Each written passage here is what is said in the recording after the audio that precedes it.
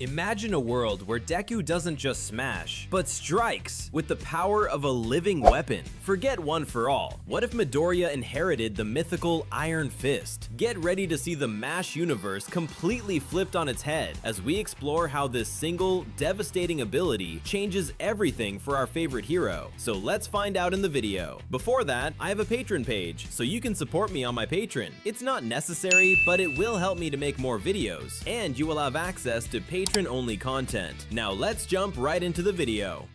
Scene 1, a quirkless body, a hero's heart. Everyone in Musudafu talked about quirks like weather. Too hot today. Too cold today. Too dangerous today. A kid in Izuku Midoriya's class could sneeze and accidentally ignite his desk, and people would just groan like, again. The teacher would open a window and write, "Control," in big letters on the board. Then the day would move on. But when the subject was quirkless, the air didn't move on. It got stuck. Izuku learned that early. He learned it the way you learn what fire does, not by reading about it, but by getting too close. He stood in the middle of the classroom while the nurse from the local clinic explained the results of his quirk assessment like she was reading off a grocery list. "Midoriya Izuku," she said. "No quirk factor detected." Some kids frowned like they didn't understand the words. Others understood them instantly, and their faces brightened with the kind of curiosity that wasn't kind at all. Izuku's mother had squeezed his hand so hard his fingers tingled. She smiled anyway, even as her eyes got watery. "It's okay," she'd whispered like a spell. We just need time, Izuku." Years passed. Time didn't do anything. Now he was older, still small for his age, still wiry, still the kind of kid who looked like he belonged behind a notebook instead of in front of a villain. And he was behind a notebook. Always. He filled them like a thirsty person swallowing water. Hero names, quirk analysis, combat predictions, disaster response patterns, weaknesses, strengths. If I were them I would, and, if I fought them I would. Not because he wanted to be a fan. Because he wanted to survive. Because he wanted to be a hero anyway. The problem was that the world treated her, anyway, like a joke with a punchline that hurt. Especially when the person laughing was Katsuki Bakugo. "Kachan," Izuku started, automatically, because some habits live deeper than pride. Bakugo didn't even look at him fully. He just angled his head like he could hear something irritating in the distance. Their classmates were spilling out of school, chattering about weekend plans, showing off. Tiny quirk tricks like party favors, sparks on fingertips, floating pebbles, arms stretching a little longer than normal. Bakugo didn't do party favors. Bakugo did threats. His palms made a soft crackle, like a warning. "You following me again, Deku?" Bakugo's voice was light, but it was the kind of light that came right before lightning. Izuku froze. His legs had been moving without his permission. Like his body still believed it belonged near Bakugo. Like his childhood hadn't updated. You just what? Bakugo finally turned. His eyes were sharp and bright and furious. It's like the world owed him something and kept forgetting to pay. "You just wanted to walk the same road. Breathe the same air. What, you think if you stand close enough you'll absorb a quirk through your skin?" A couple of kids laughed. Izuku felt heat rush to his face. His throat tightened like someone had tied a string around it. "No," he said quickly. "No, I was just going home." Bakugo's Z dropped to the notebook Izuku hugged to his chest like a shield. "Still writing those creepy hero notes," he said, and his lip curled. "You're like a parasite." It stung. Not because it was new. Because it was accurate in the way bullies weaponize accuracy. Izuku clutched the notebook tighter. Bakugo leaned closer, voice lowering. "Let me give you advice you should have learned years ago," he said. "Stop dreaming." A spark popped. Not a big blast. Bakugo didn't need big blasts to make the point. A tiny burst of heat on the air that made everyone nearby flinch. Izuku didn't flinch. Not outwardly. His whole body did it inside. Bakugo's eyes narrowed like Izuku's calm offended him. "You're quirkless," Bakugo said. "You're nothing." Izuku's mouth opened. A dozen arguments lined up in his head like soldiers. Heroes aren't only quirks. Some heroes use support gear. Some heroes aren't combat types. If I train enough. But none of it came out. Because the world didn't argue with Bakugo. The whir. LD watched him and decided that was what power looked like. And Izuku had no power. He bowed his head slightly. Not in submission. In control. I'm going home, Izuku repeated. He stepped around Bakugo carefully, like walking past a bomb. Bakugo moved too, fast. His shoulder bumped Izuku's. The notebook slipped. Pages fluttered open. A sketch of All Might stared up at the sky like it had been caught doing something embarrassing. Bakugo's hand came down over it. Izuku's heart jumped into his throat. Don't. Bakugo lifted the notebook, flipping through pages with casual cruelty. Oh wow, he said, loud enough for the kids behind him. Look at this. All Might's left hook angle suggests his center of balance. The laughter was louder this time. Izuku's hands shook, reaching for it. Give it back. Bakugo stopped flipping. His eyes landed on a page where Izuku had written something he'd never said out loud. If I can't be strong, I'll be prepared. Bakugo's expression sharpened, like that sentence was an insult. He slammed the notebook shut and shoved it into Izuku's chest, hard enough to knock the air out of him. Prepared for what? Bakugo hissed. Prepared to die. Izuku swallowed the pain, swallowed the fear, swallowed the humiliation, because if he didn't swallow it, it would spill out in tears. And if it spilled out, Bakugo would win more than the moment. Izuku bowed again, just a fraction. Then he turned and walked away. Behind him, Bakugo laughed once, sharp and satisfied. Izuku didn't look back. He kept walking until the school disappeared. Until the city noise faded. Until his legs brought him somewhere he didn't plan to go. Scene 2, the mountain shrine. Izuku didn't realize he'd left Musudafu until the air changed. City air was heavy, crowded. It carried exhaust, street food, chatter, sirens. The faint ozone scent of quirks in motion. This air was thin, cold, clean in a way that almost hurt. He stood at the base of a small mountain path, staring up at a fly. Of stone steps that looked old enough to remember a world before hero rankings. At the bottom, a wooden sign leaned at an angle. The paint was faded. The characters were half worn by rain. Kagutsuki Shrine.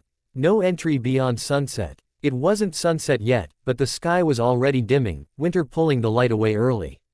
Izuku's breath puffed white. He didn't know why he was here. Maybe because he'd needed distance from people's eyes. Maybe because mountains didn't care if you were quirkless. He started up the steps. The stones were slick with frost. He placed his feet carefully, like every step mattered. Like every mistake would punish him. Halfway up, his phone buzzed with a message from his mother. Izuku, where are you? Please text me. His thumb hovered over the screen. He could say I'm fine. He could say I'm on my way. But a tightness in his chest kept his fingers still. Because he wasn't fine. Because he was tired of lying. He put the phone away and kept climbing. The shrine at the top was small, 2 buildings. A torii gate, and a stone courtyard dusted with ice. No visitors. No bells ringing. No priest in sight. Just quiet. It felt like the world had paused. Izuku stepped into the courtyard and stopped. Something was strange. Not scary. Just wrong in a way he couldn't explain. His skin prickled, the way it did before a loud sound. He glanced around. The torii gate stood solid and still. The shrine buildings were dark. Snow clung to the roof edges. But the air between the buildings, near the back wall, looked different. Like heat shimmer. Except it was winter. Izuku's heart beat faster. He took a slow step toward it. Then another. He should leave. He knew that. Every sensible part of him was a stronger muscle than fear in Izuku Midoriya. He reached out. His fingers passed through the shimmer and felt warmth. Not just warmth. A pulse. Like something breathing on the other side of reality. Izuku jerked his hand back. His breath caught. He stared at his own fingers like they'd betrayed him. Then he did the thing he always did when faced with something impossible. He analyzed. He looked for seams. He crouched, tracing the stone floor near the shimmer with his eyes.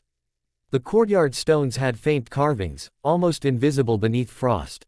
Lines, circles, symbols that weren't Japanese. Not even close. They were angular, like someone had cut language into the rock with a knife.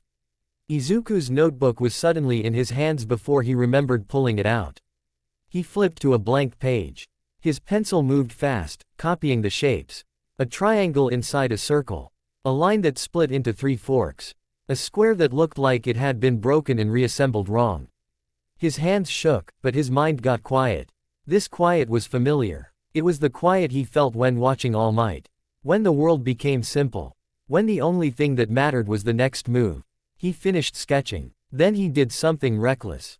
He placed his palm against the shimmer again, this time fully. The warmth surged. The symbols under his hand flared. Green light, emerald and deep, spilled across the courtyard stones like ink in water. Izuku's eyes widened. The torii gate creaked. The air bent. A sound like distant thunder rolled through the shrine, not loud enough to hurt, but low enough to vibrate in his bones. Izuku tried to pull back. He couldn't. The warmth grabbed him, not like hands, but like gravity suddenly deciding he belonged somewhere else. His feet slid across the stones. His heart slammed against his ribs. Wait, he gasped, but the word was swallowed. The shimmer widened like a door opening. A door that should not exist. And Izuku Midoriya fell through. Scene 3, Beyond the World. There was no tunnel. No swirling colors. No magical swirl like in movies. Just a sudden drop into air that tasted like snow and incense. Izuku hit the ground hard, rolling, instinctively protecting his head. His notebook flew. Pages scattered. He groaned, pushing up. And froze. Because the sky above him was not Japan's sky. It was too close. Too clear. Too alive. Clouds curled like dragons. Literally curled, twisting in spirals that looked intentional. Mountains surrounded him, their peaks sharp enough to cut the horizon. And the architecture in the distance, stone walls and sloping roofs, looked like something from a legend. A city nestled between cliffs, lit by lanterns that glowed softly even in daylight. Izuku's mouth went dry. He turned in a slow circle. The ground under him was packed earth, not stone courtyard. The air was cold but not harsh. And there were footsteps. Izuku snapped his head toward the sound. 3 figures approached from between trees, robes, boots, hair tied back. They moved like trained fighters, light, balanced, perfectly controlled. One carried a staff. Another had hands folded behind his back. The third, a woman with a long braid, watched Izuku like she was deciding whether he was dangerous. Izuku's body screamed at him to run. But his legs didn't move. He stood, hands half raised, like surrender might translate across dimensions. I'm sorry, he blurted. I didn't mean to, I didn't know this was. The woman spoke first. Her voice was calm, but it carried authority. You came through the breath gate, she said. Izuku blinked. What? The staff holder, an older man with a lined face, studied Izuku's posture. His eyes narrowed slightly. No armor, he murmured. No weapon. No visible quirk manifestation. Quirk. That word, spoken here, made Izuku's stomach drop. You know about quirks? He asked. The older man tilted his head as if tasting the question. We know about the world that changes itself, he said. And the children born with storms in their blood. Izuku swallowed. The third figure, young, maybe late teens, stepped closer. His gaze flicked to the scattered pages of Izuku's notebook. He crouched and picked one up. It was a hero analysis page. All Might's silhouette, drawn in bold pencil. The young man's eyebrows rose. A warrior idol, he said. Izuku's face burned. He's a hero. The young man looked at him like that word meant something different here. A hero, he echoed. And there was something almost amused in his tone. The woman's attention sharpened. Where are you from? She asked. Izuku hesitated. Because if he said Japan they would look confused. If he said Musudafu they would look more confused. So he said the thing that always grounded him.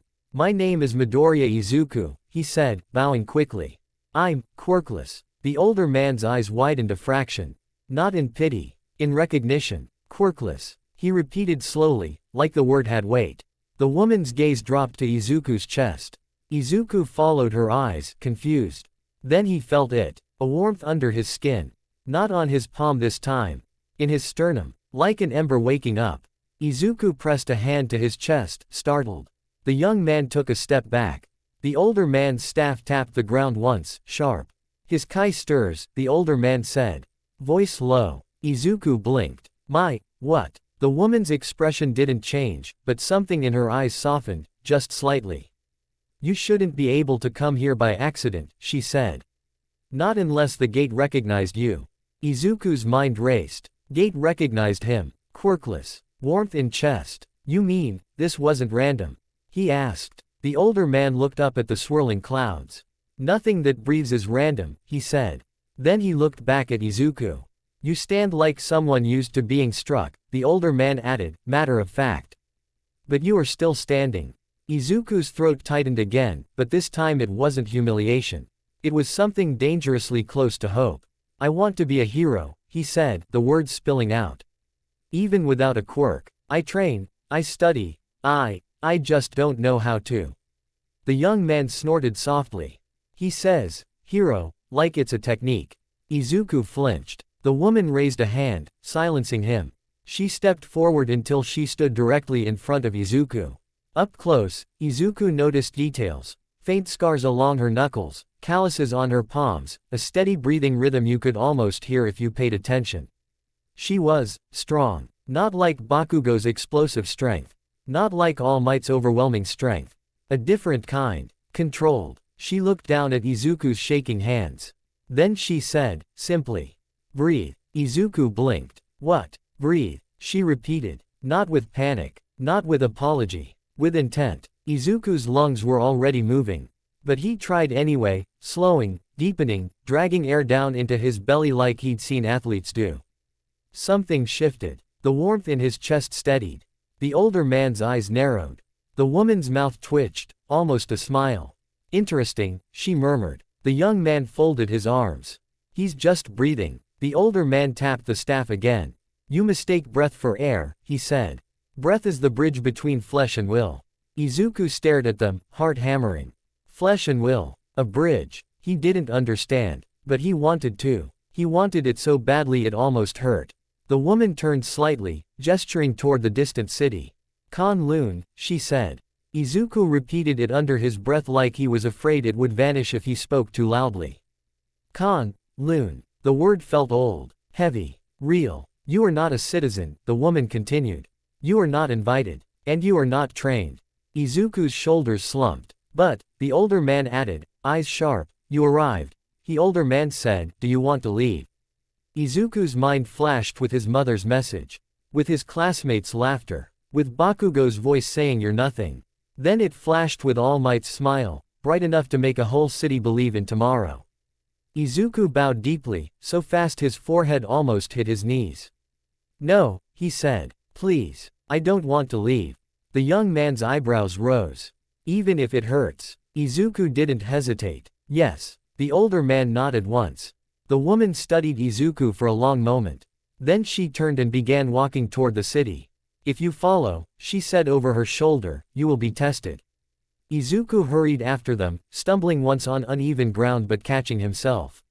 Yes, he blurted. The young man glanced back, smirking a little. Try not to die in the first hour, he said. Izuku didn't even know if that was a joke. Scene 4, the first test. They brought him to a courtyard at the edge of the city. Stone tiles, prayer ribbons, a small pond that steamed faintly in the cold like it held warmth from the earth itself. Monks moved through drills in perfect silence.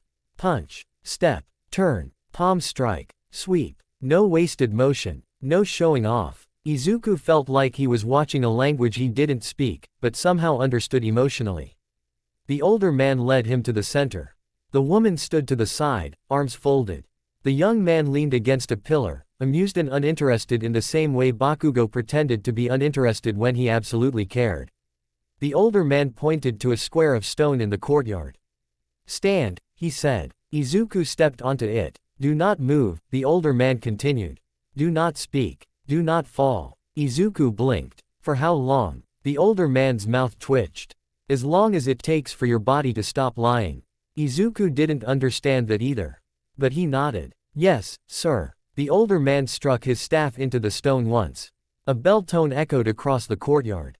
Everyone else stopped. The monks turned their heads. Izuku felt their eyes like weight. He swallowed. He stood. At first, it was easy. He could stand for hours. He'd stood through Bakugo's insults, through teachers ignoring him, through the heavy silence of being the only one in the class without a quirk. Standing was something he was good at. Then the wind came. Not a gentle breeze. A sharp, icy gust that sliced through his clothes like knives. Izuku's shoulders tensed. His teeth clenched. He wanted to hunch. He wanted to move. His muscles screamed at him to adjust. But he didn't. He stared straight ahead, eyes watering.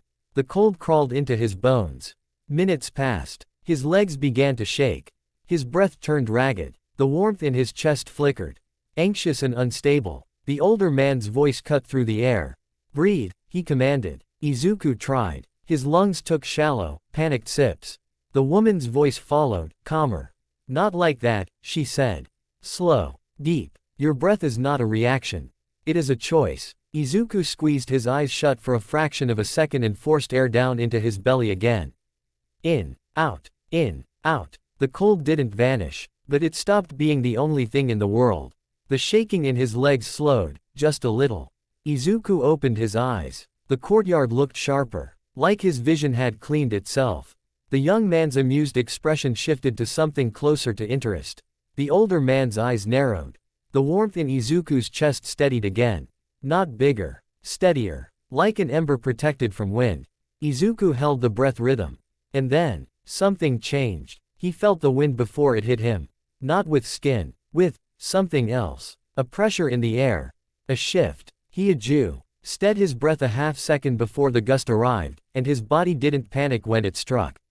He stayed upright. His eyes widened, shocked. What was that? The older man's staff tapped once. Again, he said, and the wind hit again.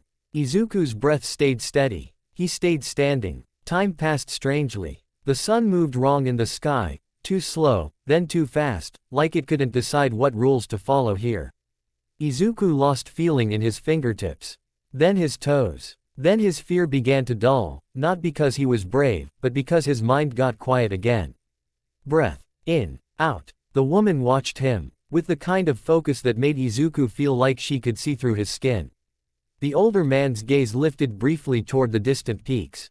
His face was unreadable. The young man straightened from the pillar. "Okay," he muttered, almost grudging. "He's still here." Izuku kept standing until his legs felt like they might snap.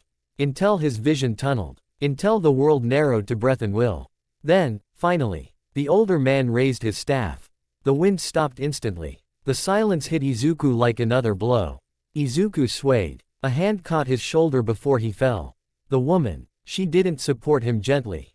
She supported him correctly, like she knew exactly how much weight to give without letting him collapse. "You didn't fall," she said. Izuku's throat was too dry to answer. He nodded weakly. The older man stepped closer and looked directly into Izuku's eyes. "You have no quirk," the older man said quietly. "Yet something inside you refuses to go out." Izuku swallowed. His voice cracked.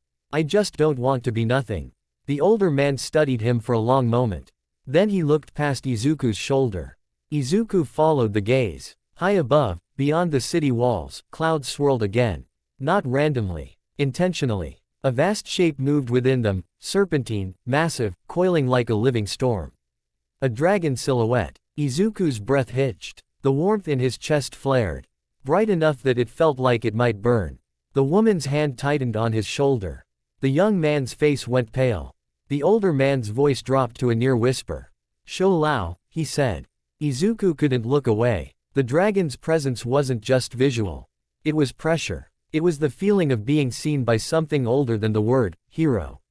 Izuku's knees trembled, not from cold now, but from awe. The older man leaned closer. "You came through the gate," he murmured. "Your breath answered. Your will held." He straightened. "Tell me again, Midoriya Izuku," he said, and his eyes sharpened like a blade. "Do you still want to stay?" Izuku's voice came out rough. "Yes." The dragon shape in the clouds shifted, as if it had heard him.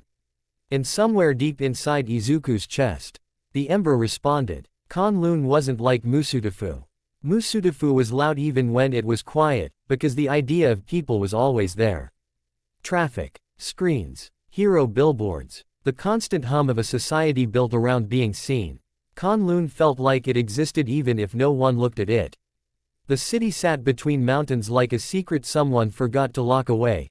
Stone walls carved with swirling patterns, rooftops that curved like dragon spines.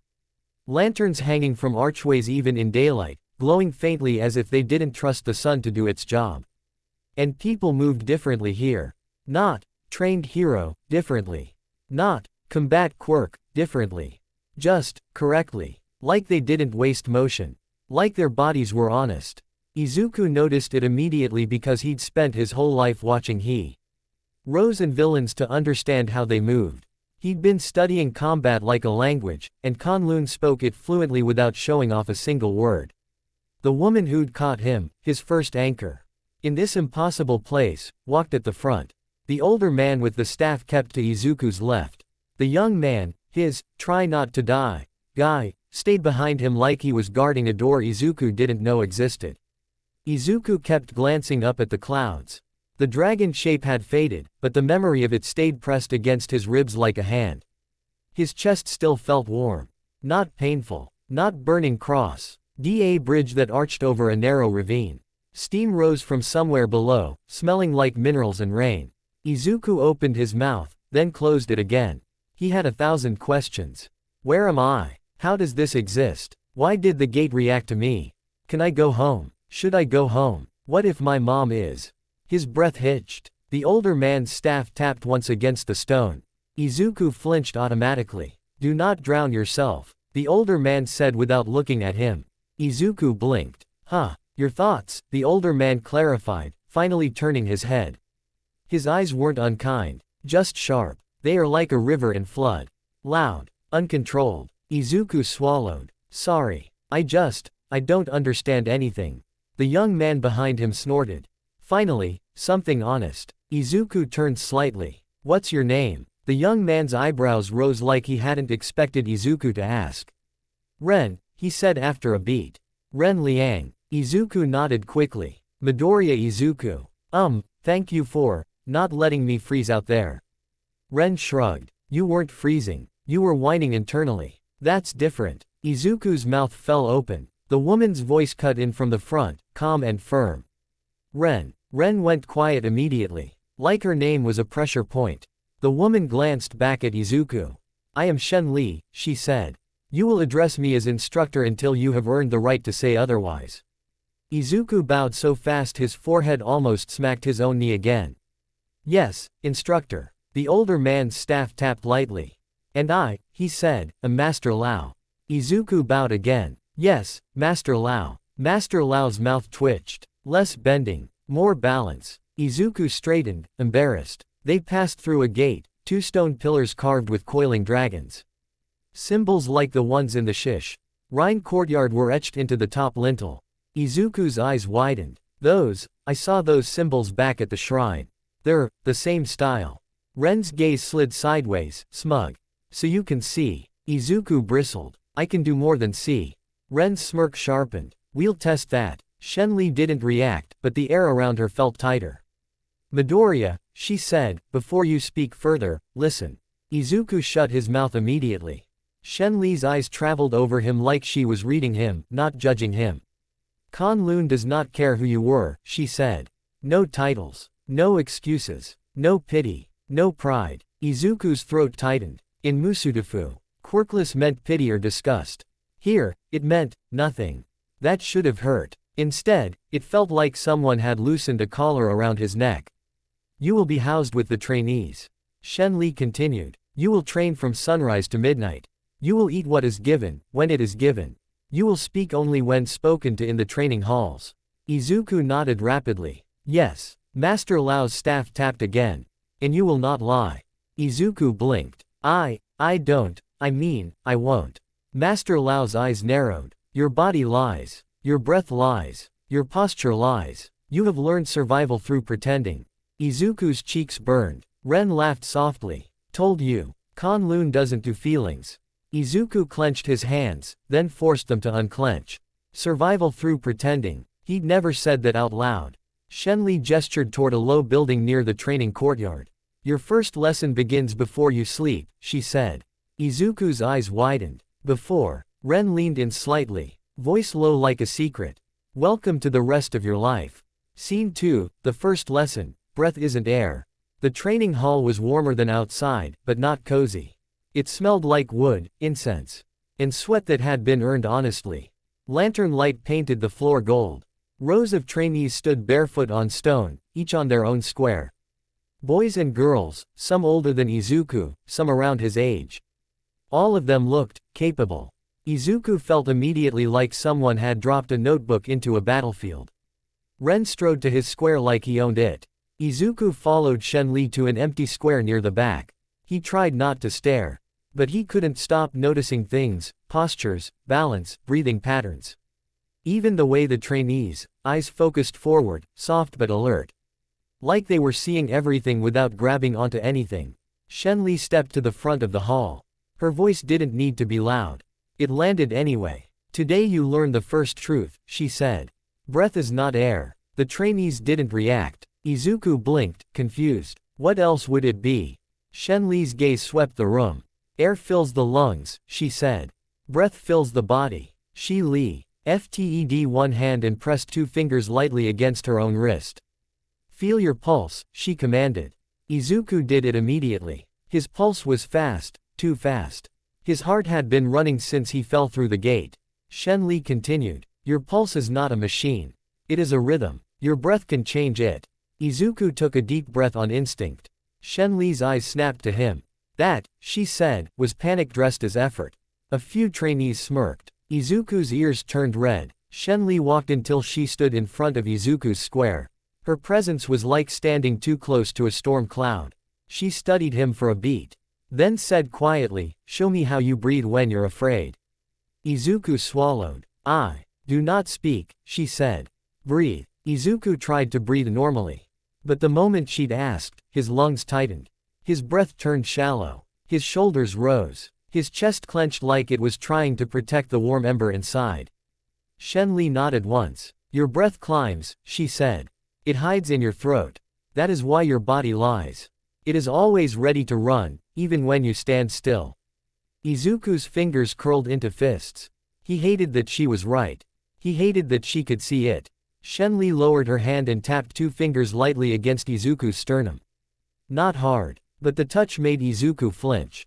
Here, she said. This is where your breath belongs. Not in your shoulders. Not in your fear. Izuku stared at her fingers like they were a map. How? He whispered. Shenli's eyes narrowed. You just asked a good question. She stepped back and addressed the hall again. Place your hands on your belly. She commanded. Everyone moved in unison. Izuku copied them, palms resting awkwardly over his hoodie. In through the nose, Shenli said. Slow. Let the belly rise. Out through the mouth. Slower. Izuku tried. At first, it felt silly. Then it felt difficult. Then it felt like trying to teach a wild animal not to bolt. His lungs kept grabbing air like it was being stolen. His shoulders kept rising. Shenli's voice continued, steady as stone. In, she said. Hold. Out. Izuku forced it. In. Hold. Out. His belly rose a little. The warmth in his chest steadied again, like it approved. His pulse slowed, just a fraction. Izuku's eyes widened. Master Lao's voice came from the side of the hall. Good, he said, and it sounded like a rare gift. He is listening. Ren glanced at Izuku, surprised for half a second, then he hid it behind a smirk. Shenli's voice sharpened. Do not celebrate, she warned, as if she'd heard Izuku's hope breathing too loudly. A single correct breath is not mastery. It is a door cracked open. Izuku swallowed, nodding. Yes, door. He understood doors now. Shenli's gaze locked on him. You came through the breath gate, she said. That means something and you answered when it was called. Izuku's throat tightened. He didn't know what answered. But he wanted to know. Tonight, Shenli continued, you will stand in horse stance until your legs stop screaming lies. If you fall, you begin again. If you complain, you begin again. A murmur moved through the trainees, Nishin. Like this was normal. Izuku's eyes widened in terror. Horse stance was that wide squat stance martial artists did. He'd tried it once after watching a video. He lasted 27 seconds. Shenli pointed to the floor in front of Izuku. Now, Izuku spread his feet. He bent his knees. His thighs started burning immediately. Ren's voice drifted from the front row, amused.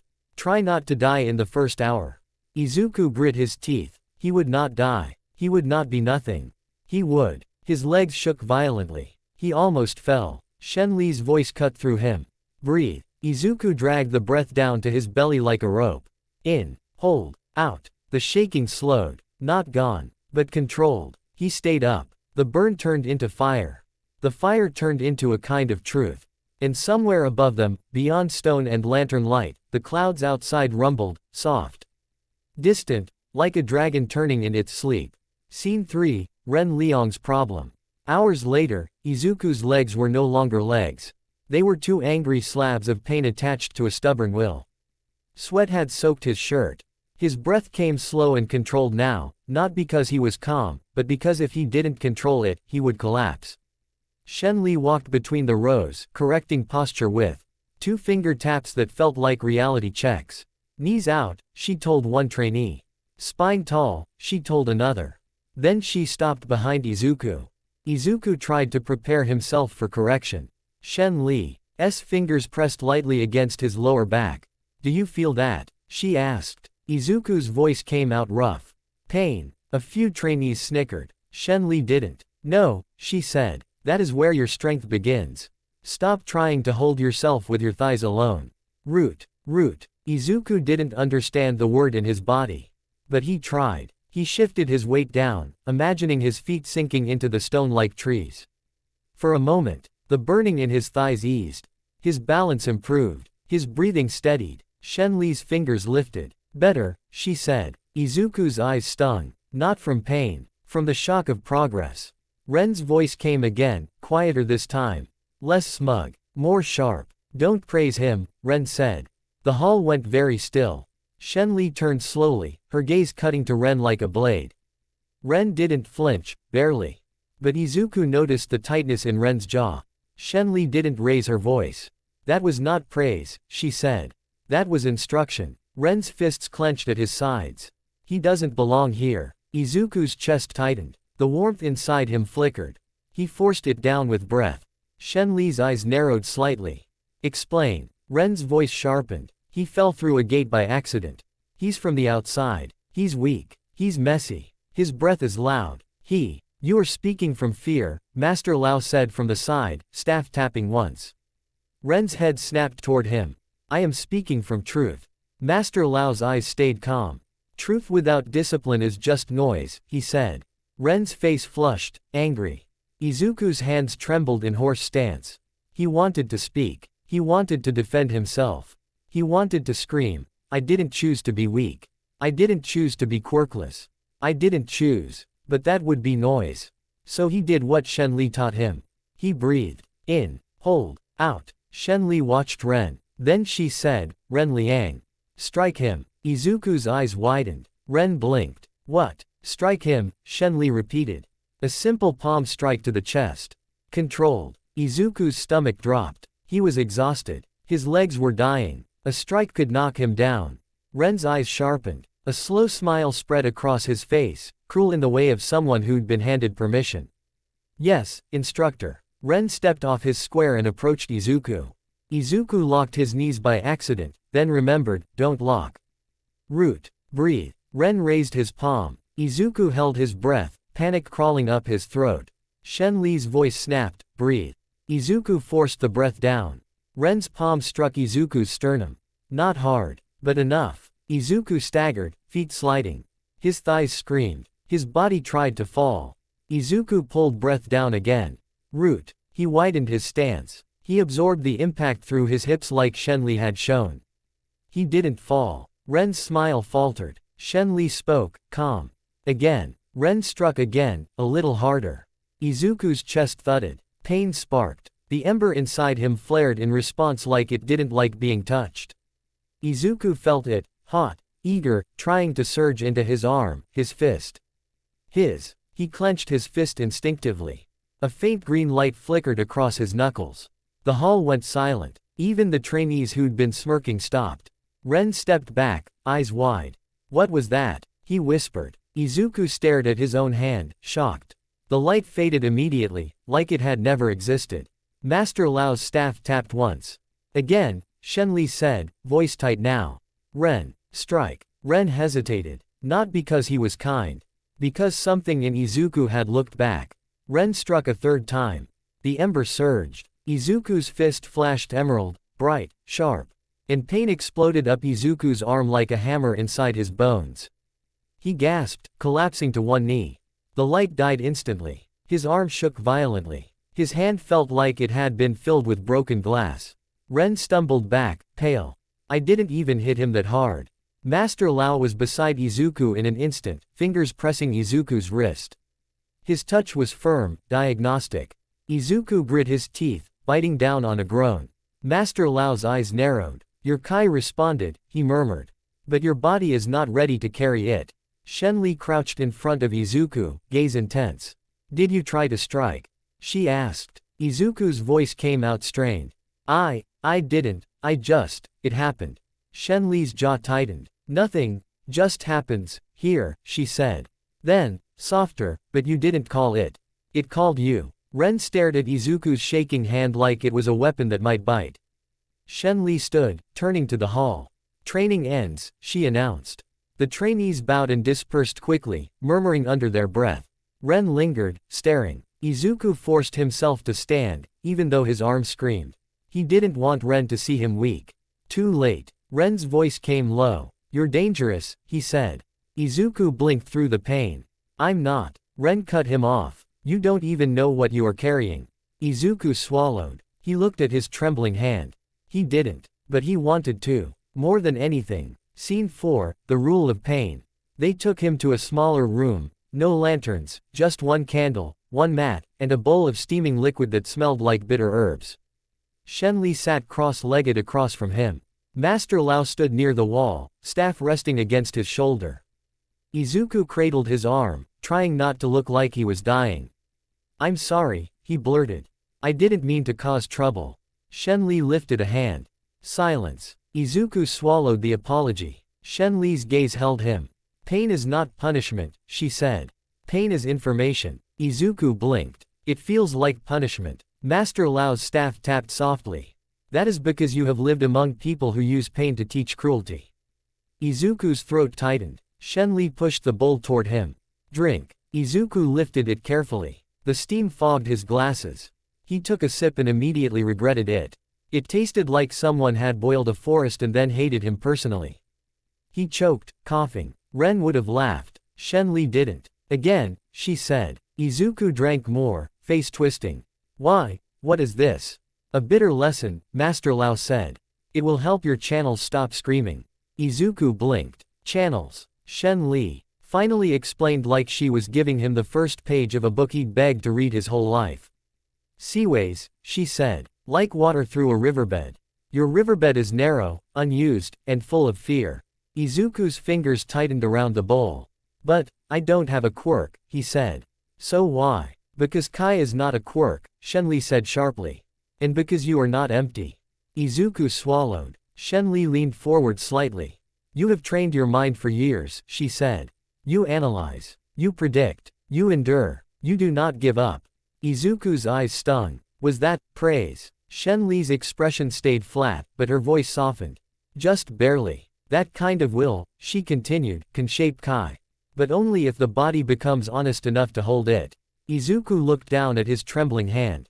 So, the green light, that was Kai.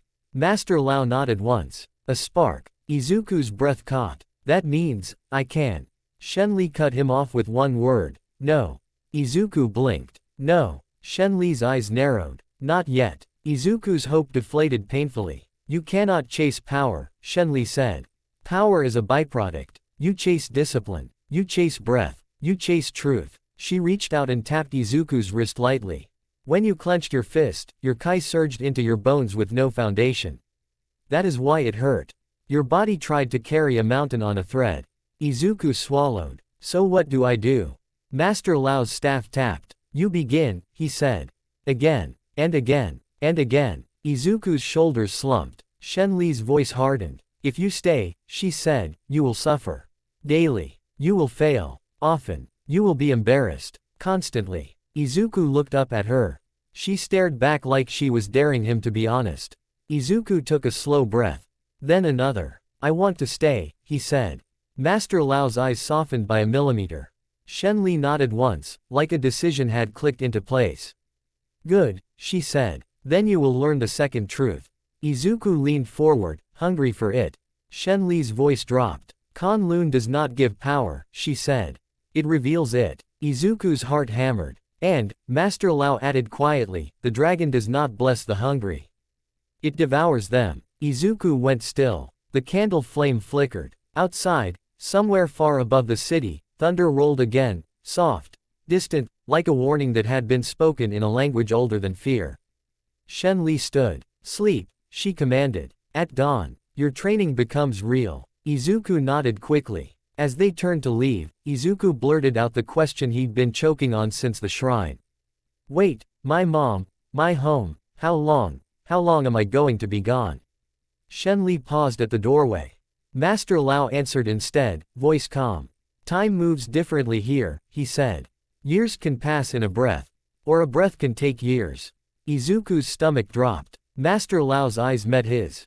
But listen carefully, boy, he said. If you leave too soon, you will return to your world with nothing but pain and a story no one believes. Izuku swallowed, nodding slowly. Shen Li's gaze sharpened. If you stay, she said, you might return with something stronger than a quirk. Izuku's fingers tightened around the blanket they'd given him. He stared at his bruised hand. Pain is information. Discipline before power. A door cracked open. He didn't know what he was becoming. But for the first time in his life, he felt like the world had room for him. Scene 5, The Vow. Later, alone on his mat, Izuku pulled his notebook close like a heartbeat. He flipped to a fresh page, hands still shaking. He wrote fast, because writing was how he made chaos hold still. Kunlun. Pocket city between mountains. Time different, years in a breath. People move like trained heroes but no quirk signs. Chi equals life energy, not quirk. Breath controls body's truth. Iron fist equals green chi manifestation. Limitation. Body not ready, right pointing arrow, pain like glass. He paused, pencil hovering. His chest warmed again, the ember steady. He wrote one more line. Pressing hard enough to dent the paper. If I can't be strong, I'll become unbreakable. Izuku closed the notebook. He lay back, staring at the ceiling. Outside, the distant sky rumbled. And Izuku Midoriya, quirkless boy from Musudafu, fell asleep in a city that shouldn't exist. With a dragon watching from the clouds. Scene 1, Iron Breath. Izuku stopped counting days. Not because time didn't matter, because in Kunlun, time mattered in a different way. Here, the sun rose over the mountains like a blade being drawn from a sheath, and the city woke up to discipline instead of noise. The training bells didn't ask you to move. They told your bones what the world expected. Izuku's body changed under that expectation. Not overnight, not magically, slowly, honestly, like stone becoming smooth underwater. His hands grew calluses that didn't tear. His shoulders stopped hunching like they were always expecting a hit. His breath stopped climbing into his throat when someone raised a hand. And every single morning, before the city even finished waking up, Shen Li made him suffer. Horse stance, wall sits, balance drills on narrow posts above freezing water. Palm strikes until his wrists burned. Footwork until his lungs felt like they were scraping against the inside of his ribs. He hated it. He loved it. And the ember in his chest, his strange warmth, stayed steady through it all. Like it was waiting for him to become worthy of its language. Today, Shen Li stood in the courtyard with arms folded, watching him run forms. His feet slid across stone. Step, pivot, palm, elbow, turn, sweep. Ren stood across from him, mirroring the same form with irritating perfection. Ren's movements were a blade, sharp, fast, confident. Izuku's movements were a rope, tighter than they used to be. But still learning how not to fray. Stop thinking, Shen Li said. Izuku's hands froze mid-motion. Shen Li's gaze sharpened. Do not speak. Izuku swallowed the word and finished the form. Ren's mouth curled. He can't help it. He's from the outside. His brain is a cage. Izuku's cheeks heated, but he stayed silent. Shen Li stepped closer and tapped two fingers against Izuku's sternum.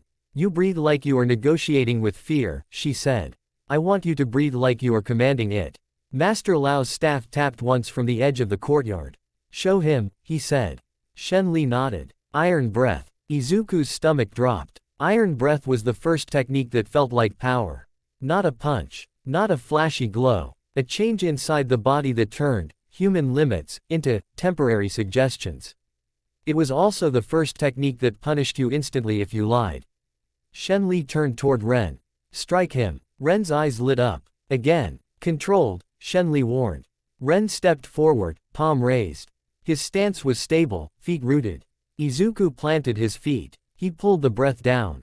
In, hold, out. And on the hold, he tightened something inside, like turning a valve.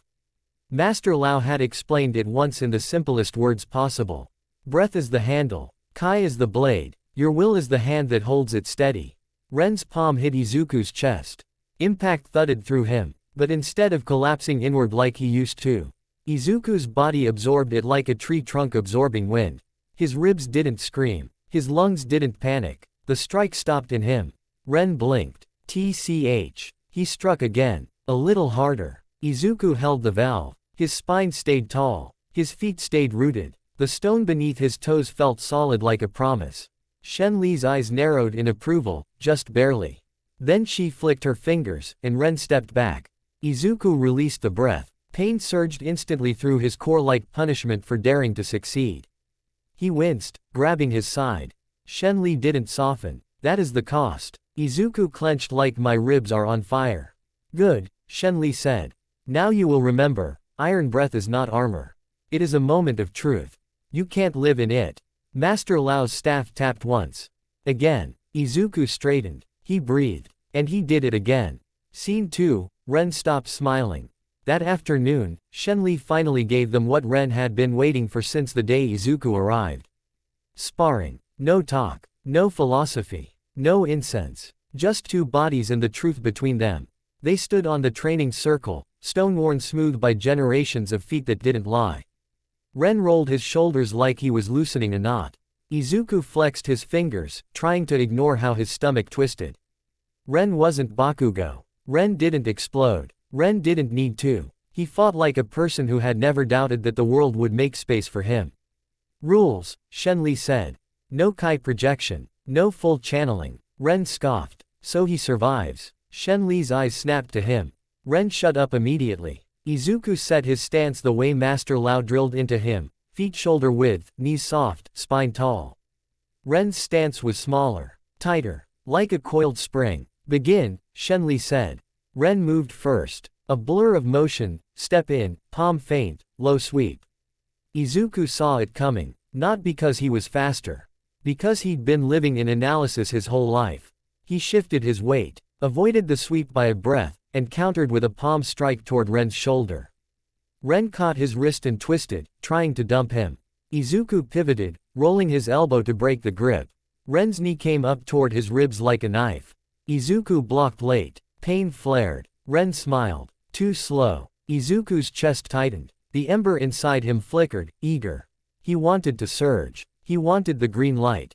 He wanted. No. He forced the breath down. In. Hold. Out. Ren attacked again, 3 strikes in a chain. Izuku blocked 2. The third clipped his jaw. Stars sparked behind his eyes. Ren didn't stop. Ren never stopped. Izuku stumbled, then planted his foot hard. Root. He watched Ren's shoulders instead of his hands. He saw the shift a heartbeat before the next strike. Izuku slid inside the angle and tapped 2 fingers against Ren's forearm, right where the tendon ran. Ren's hand went numb for half a second. Just half a second. But in Kowloon, half a second was a door. Izuku used it. He stepped in and drove a controlled shoulder into Ren's chest. Ren staggered back, surprised. He recovered instantly, eyes sharp. You're learning, Ren said, and the smugness was thinner now. More cautious. Izuku didn't answer. He breathed. Ren came again. This time, Izuku didn't try to win. He tried to survive honestly. Block. Shift. Root. Breathe. Ren's strikes were still better. Cleaner. Faster. But Izuku stayed standing longer than Ren expected. And then it happened. Ren overcommitted. Barely. A fraction of weight too far forward. Izuku felt it like a tug on the air. His hand ved before his brain finished naming the opening. 2 fingers tapped Ren's collarbone point. Ren's breath hitched. His stance broke. Izuku could have followed with a real strike. Could have dropped him. Could have proven something. Instead, he stepped back. Ren stared at him, chest rising hard. For the first time since Izuku arrived, Ren didn't smile. He looked unsettled. Why didn't you finish? Ren demanded. Izuku wiped blood from the corner of his mouth with his sleeve. Because I'm not here to hurt you. Ren's eyes narrowed. That's a lie. Izuku's breath stayed steady. No. Shenli's voice cut in. Enough. Ren turned sharply. Instructor. Shenli raised a hand. Silence. Then she looked at Izuku like she was measuring the shape of his will. You chose restraint, she said. Izuku nodded once. Shenli's gaze shifted to Ren. And you chose pride, she said. Ren's jaw clenched. Master Lao's staff tapped. Both choices have consequences, he said calmly. Then his eyes lifted, past the courtyard.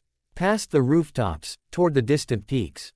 The trial is near, Master Lao said. The air changed. Even the wind sounded different, like it was listening. Izuku's heart thumped. Ren went still. Shenli's voice lowered. Tonight, she said, you will learn what the Iron Fist actually is. Scene 3, the immortal title. They gathered in the smaller hall, candlelight, stone floor, walls carved W.I.T.H. dragons that looked like they might move if you stared too long. Master Lao stood at the front. Shenli sat to one side, silent as a blade resting in its sheath. Ren sat opposite Izuku, arms folded, expression hard. Master Lao spoke without drama. In your world, he said, power is inherited through blood and accident. Izuku swallowed, thinking of quirks. In Kowloon, Master Lao continued, power is inherited through vow. He lifted his staff and tapped it once on the floor. A soft sound echoed, deeper than wood should have allowed. The title is called Immortal Iron Fist, Master Lao said. Izuku's chest warmed. Ren's eyes sharpened. Izuku raised his hand slowly, careful. Does immortal mean you can't die? Master Lao looked at him for a long moment. Then he said, no. Izuku's hope dipped. Master Lao's gaze stayed steady. Immortal means your will outlives fear, he said. It means you do not allow the world to decide your ending. Izuku felt that settle in his bones. Master Lao continued. The Iron Fist is earned by facing Shou Lao the Undying, Dragon Guardian of the Heart Flame. Ren's throat bobbed. The brand. Master Lao nodded once. The brand. He glanced at Izuku. You have felt the ember, he said. That is not the Iron Fist yet. That is the call. Izuku swallowed. Why me? Shenli finally spoke. Because you are stubborn, she said flatly.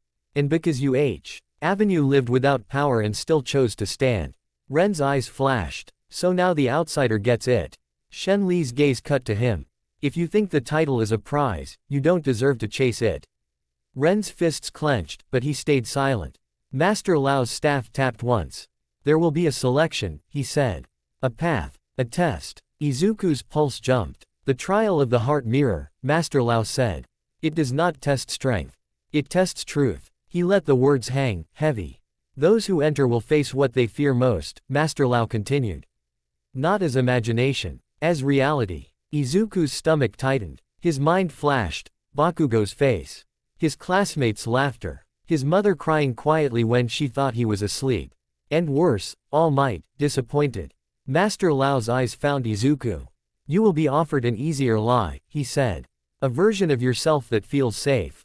Izuku swallowed. And if you accept the lie, Master Lao finished, you will never find the dragon. Ren's voice came low. When? Master Lao's staff tapped twice. Now. Scene 4, the heart mirror path.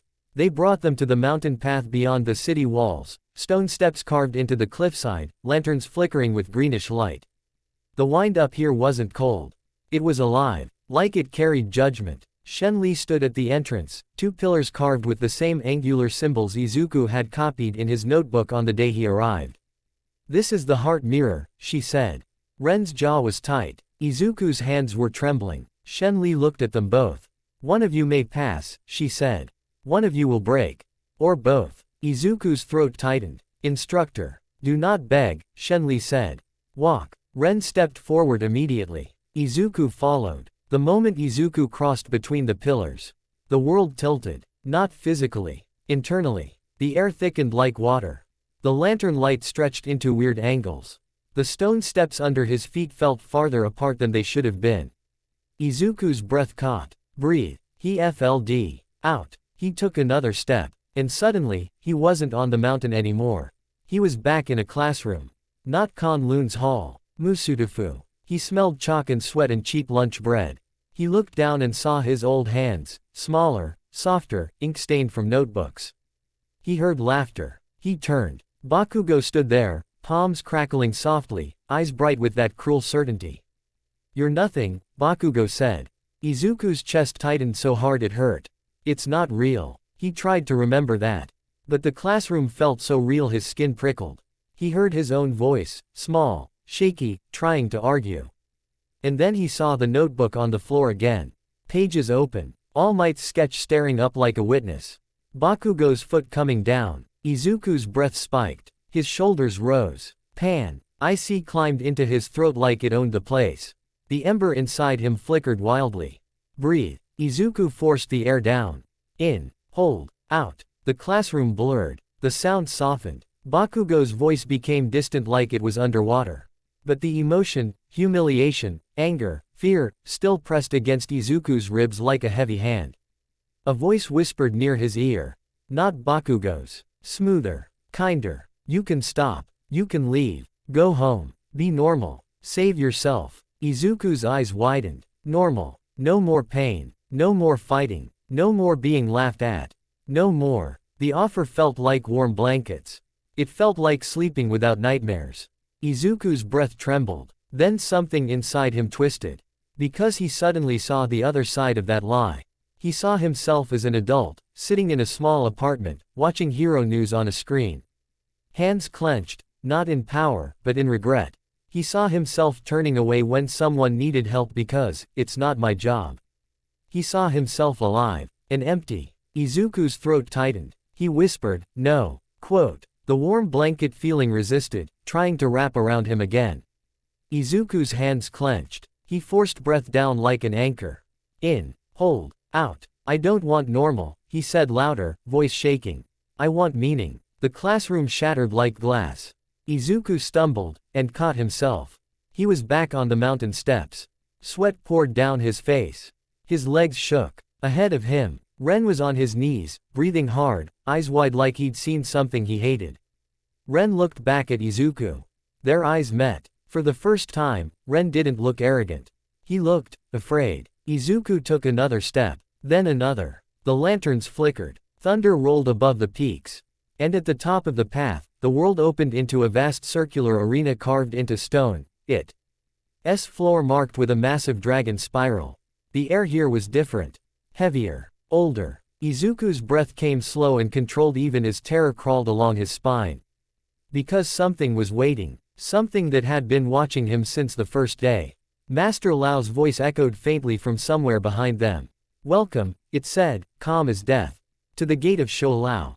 Scene 5, Shoulao the Undying. The arena was silent for one heartbeat. Then the sky above it moved. Clouds twisted, collapsing inward like a whirlpool.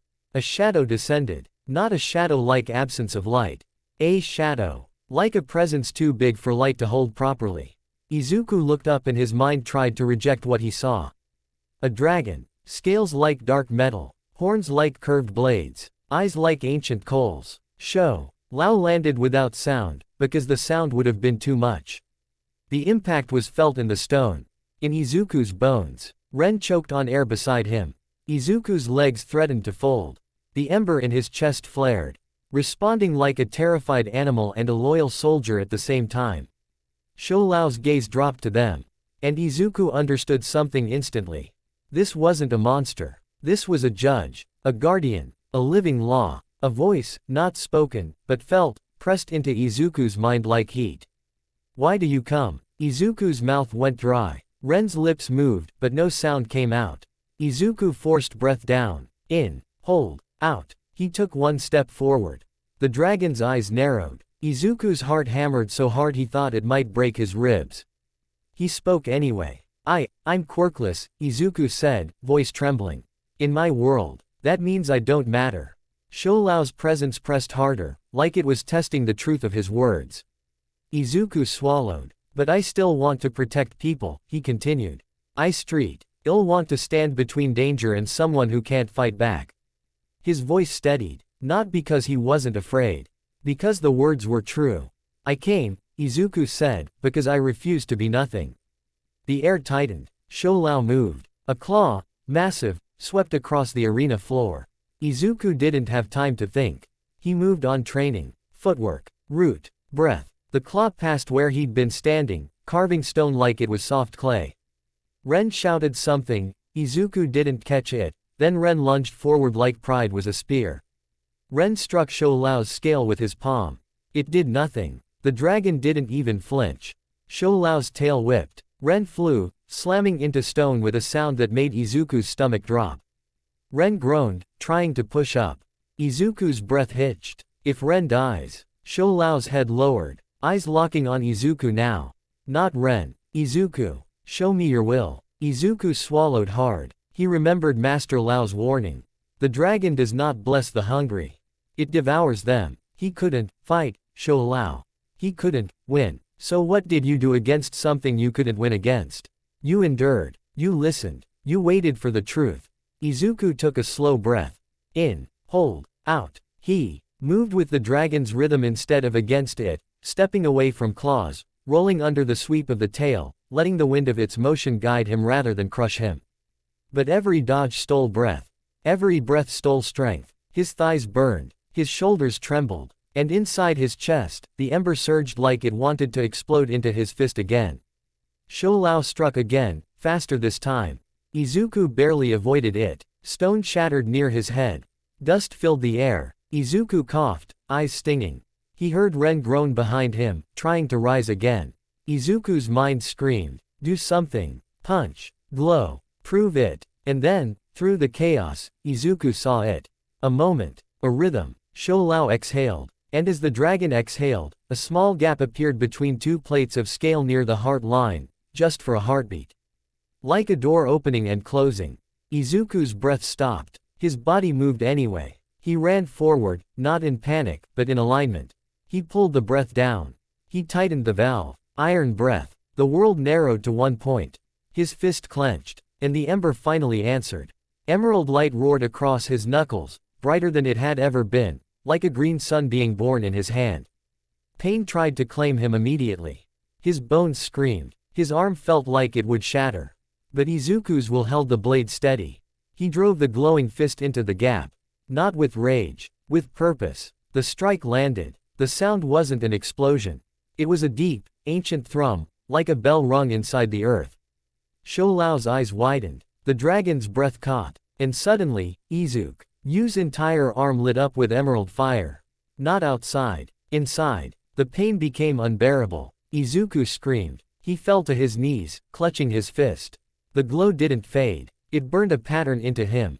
Searing heat spiraling from his knuckles up his forearm, across his chest. A dragon mark. A brand. Ren stared, wide-eyed, barely breathing. Shoulao's head lowered close to Izuku, so close Izuku could feel the dragon's heat on his skin. The voice pressed into Izuku's mind again, quieter now. You endured. You refused the lie. You struck with truth. Izuku's vision blurred with tears. His branded fist trembled, still glowing. He could feel something new inside him. Not endless power. Not invincibility. A channel. A pathway. Shoulao lifted its head. The clouds swirled again. And as Izuku collapsed onto the stone, barely conscious, Master Lao's voice echoed from somewhere beyond the arena. Remember this, Midoriya Izuku, he said. The iron fist is not a weapon. Izuku's branded hand twitched, glowing softly. Master Lao finished, voice heavy with meaning. It is a vow. Scene 1, the brand wakes before he does. Izuku woke up screaming, not because of a nightmare. Because his arm was on fire. He jolted upright so fast his head spun, hand snapping to his right forearm. And his fingers hit raised skin. A pattern. Hot. Tender. Real. He blinked through tears and looked down. A dragon coil, emerald and black, wrapped around his fist and spiraled up his forearm like a living tattoo burned into him. The lines weren't ink. They looked like scarred tissue shaped into art, and the center of his KNU. CK-less pulsed faint green with each heartbeat.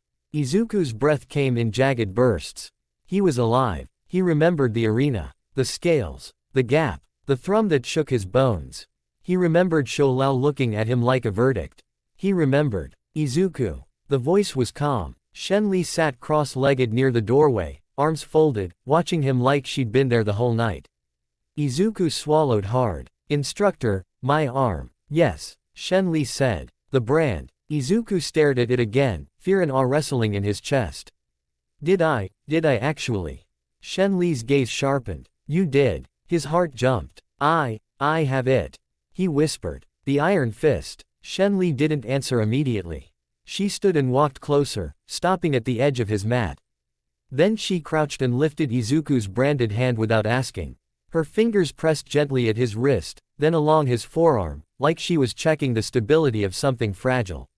Izuku winced. Shenli's eyes narrowed. You are not ready, she said bluntly. Izuku froze. What? Shenli released his hand. You earned the brand. You did not earn mastery. Izuku's chest tightened. But Shou Lao tested your will, Shenli cut in. The dragon did not make you a weapon. It opened a door. Now you must learn not to walk through it like a fool. Izuku swallowed, looking down at his hand. The green glow was faint now. Almost gone. But it was there. Like a heartbeat he could see. He whispered, it hurts. Shenli nodded. Good. Izuku blinked. Good. Shenli's gaze didn't soften. Pain is your leash. If you could channel freely now, you would destroy yourself within a week.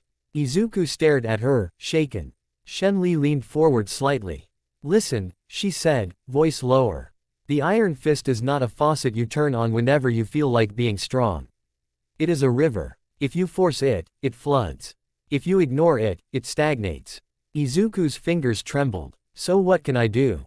He asked. Master Lao's voice came from behind Shenli. Very little, he said.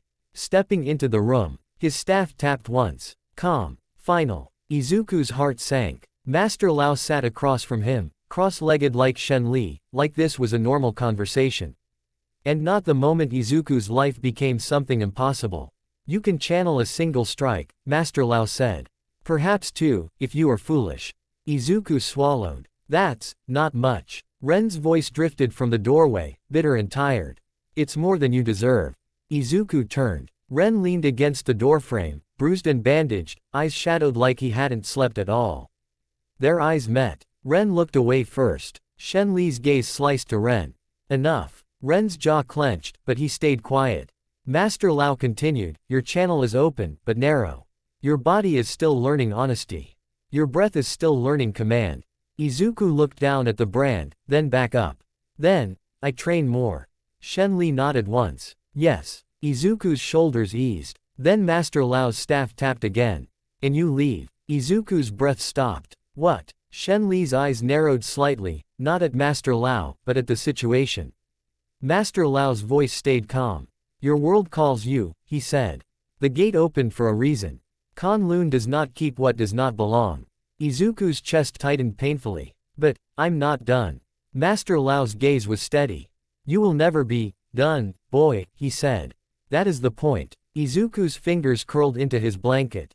My mom, he whispered, suddenly remembering her message. She'll be worried. How long have I been gone? Master Lao's answer was simple. In Kowloon, he said. You have been here nearly 7 years. Izuku's stomach dropped so hard he felt sick. 7. He choked. Shenli's voice cut in sharply. In your world, it will be less. Master Lao nodded. Weeks. Perhaps a few months. Izuku's hands shook. Weeks or months, that was still huge. His mother would be terrified. But, he was alive. He was here. He could go back. He could. Shenli rose. You leave at dawn, she said. Tonight you learn your first limit. Izuku swallowed. My first limit. Shenli lifted her chin toward his branded fist. You think the Iron Fist makes you unbreakable, she said. Her eyes narrowed. Prove you understand what it actually costs. Scene 2, one punch is not salvation. They brought him back to the courtyard. Not the main training hall. A smaller circle near the city wall. Where lanterns hung low and the wind whispered like it had secrets. A wooden post stood in the center, thick, reinforced, wrapped in old rope. The surface was scarred from years of strikes. Izuku stared at it. Ren stood off to the side, arms folded, expression tight. Master Lao stood near the lanterns, staff planted, watching without emotion. Shenli stepped in front of Izuku. Show me the Iron Fist, she said. Izuku's breath caught. He stared at his hand. It wasn't glowing now. It just looked like his hand. Except for the brand. He swallowed hard and tried to do what he'd done in the arena. He clenched his fist. Nothing happened. He clenched harder. Still nothing. His heart began to race. Panic climbed into his throat. Shenli's voice snapped like a whip. Stop. Izuku froze. Shenli stepped closer until she was almost chest to chest with him. You are chasing it, she said quietly. That is hunger. Hunger makes you sloppy. Izuku's jaw trembled. But I need to know I can. Shenli tapped his sternum with 2 fingers. Breath, she ordered. Izuku inhaled. His shoulders rose. Shenli's gaze sharpened. Again. Izuku forced it down. Belly. Slow. In. Hold. Out. The ember in his chest stirred. Soft. Steady, like it had been waiting for him to stop begging. Shenli's voice lowered. You do not force Kai, she said. You invite it. Izuku swallowed. He breathed again. In. Hold. Out. This time, he didn't think about glowing. He thought about purpose. Protect. Stand. Refuse the lie. He tightened the valve inside his breath. Iron breath, but gentler, controlled. The warmth surged down his arm like liquid heat. His knuckles lit emerald. Not a roaring flame like in the arena. A contained glow. Enough. Izuku's eyes widened. Ren's expression flickered, resentment mixed with awe. Shenli stepped back. Strike, she said. Izuku stepped toward the post. His fist shook. His heart hammered. He drove the punch forward. The moment his knuckles hit the wood, the thrum returned. Deep. Heavy. Ancient. The post didn't just crack. It split. Rope snapped. Wood exploded into splinters that scattered across the courtyard like shrapnel. The emerald glow flared, then died. Izuku stumbled back, breath ripping out of him. His arm screamed. Not a normal bruise pain. A pain like his bones had been rung like a bell. He clenched his teeth, grabbing his forearm with his other hand. Shenli watched him closely. What do you feel? She asked. Izuku broken. Pain. Shenli's eyes narrowed. Describe it. Izuku swallowed, forcing himself to stay honest. It's inside, he hissed. Like my bones are vibrating. Like I hit something harder than wood. Shenli nodded once. Master Lao's staff tapped. Your body paid the cost, he said calmly. Izuku's chest heaved. So I can do it, Izuku gasped. Ren scoffed. Once. Shenli's gaze snapped to Ren, warning. Then back to Izuku. Again, she commanded. Izuku's eyes widened. Instructor, my arm. Again, Shenli repeated, cold. Izuku's breath shook. He tried to clench his fist. Nothing. He breathed. In. Hold. Out. He invited the ember. It stirred, but weaker now, like it was tired. His knuckles flickered faint green. Then pain stabbed through his wrist so sharp he cried out, dropping to one knee. The glow died instantly. Izuku panted, trembling. Tears stung his eyes. He hated them. He hated weakness. He hated. Shenli crouched beside him. Her voice was low and steady. Now you understand, she said. Izuku swallowed, voice raw. Understand what? Shenli tapped his branded knuckles lightly. This power is not yours to waste, she said. One punch can change a fight. But you do not get infinite punches. You do not get infinite chances. Izuku's throat tightened. Shenli's gaze held him like a blade held to the throat, not threatening, teaching. In your world, she said, you will see suffering you cannot punch away. Izuku's eyes widened. Ren's voice came quiet now, not smug. You'll learn that the hard way, Ren muttered. Shenli ignored him, eyes still locked on Izuku. You can be powerful, she said. But power without restraint is cruelty. And restraint without courage is cowardice. Izuku nodded shakily. He didn't fully understand, but the pain made it real. Master Lao's staff tapped once. Rise, he said. Izuku forced himself up, arm trembling, jaw clenched. Master Lao stepped forward. At dawn, he said, you return. Izuku swallowed, staring at the ruined post. One punch. One. And it cost him like a debt. He looked at his branded fist. A vow. Not a weapon. Scene 3, the gate opens backward. Dawn in Kowloon was quiet. No birds. No city noise. Just wind and lantern light fading as the sun rose behind the mountains. They led Izuku back to the same stone pillars at the mountain path, the breath gate. The air around it shimmered faintly, like reality was rubbing its eyes. Izuku stood between Shenli and Master Lao, clutching his notebook to his chest. Ren stood a few steps away, arms folded, expression unreadable. Izuku's branded hand throbbed dully. He felt like he was leaving home. Which was insane, because home was Musudafu. But Kunlun had given him something Musudafu never had. A space where he wasn't automatically nothing. Izuku looked up at Shenli. "Instructor," he said softly, "will I come back?" Shenli studied him for a long moment. "If you live," she said. That was the closest thing to comfort she'd ever given him. Izuku swallowed. "How do I keep training there? Without you?" Master Lao stepped forward and placed 2 fingers on Izuku's branded fist. The touch was gentle, but something clicked inside Izuku's chest, like a lock setting. "You will remember," Master Lao said. "Breath, root, truth." He looked at Izuku's eyes. "And you will not let your world make you small again." Izuku's throat tightened. He nodded hard. Ren finally spoke, voice low. "If you embarrass Kunlun out there," he said, "I'll find a way to drag you back and beat you myself." Izuku blinked. Then, despite everything, a small laugh escaped him. Ren's mouth twitched, almost a smile, then vanished. Shenli raised her hand toward the gate. "Go," she commanded. Izuku took a slow breath. In, hold, out. He stepped forward. The shimmer grabbed him like gravity. Warmth surged across his branded arm. The world folded, and Izuku fell through. Scene 4, Musudafu's air. He hit concrete. Hard. The smell of the city slammed into him instantly, exhaust, wet pavement, street food, distant sirens. Izuku rolled, groaning, then pushed up. And froze. He was in an alley behind a convenience store. Neon signs buzzed. A vending machine hummed. And his phone. His phone was in his pocket, vibrating like it had been screaming for him. Izuku's hands shook as he pulled it out. Dozens of missed calls. Voicemails. Messages. From his mother. From unknown numbers. From the school. His stomach dropped. He opened the newest message. "Mom. Izuku, please, where are you? Mom. It's been 19 days. Mom. Please answer me, I'm going to the police." 19 days. Izuku's breath hitched. 19 days. In Kunlun, 7 years. In Musudafu, 19 days. His chest tightened so hard he felt sick. He stabbed the call button.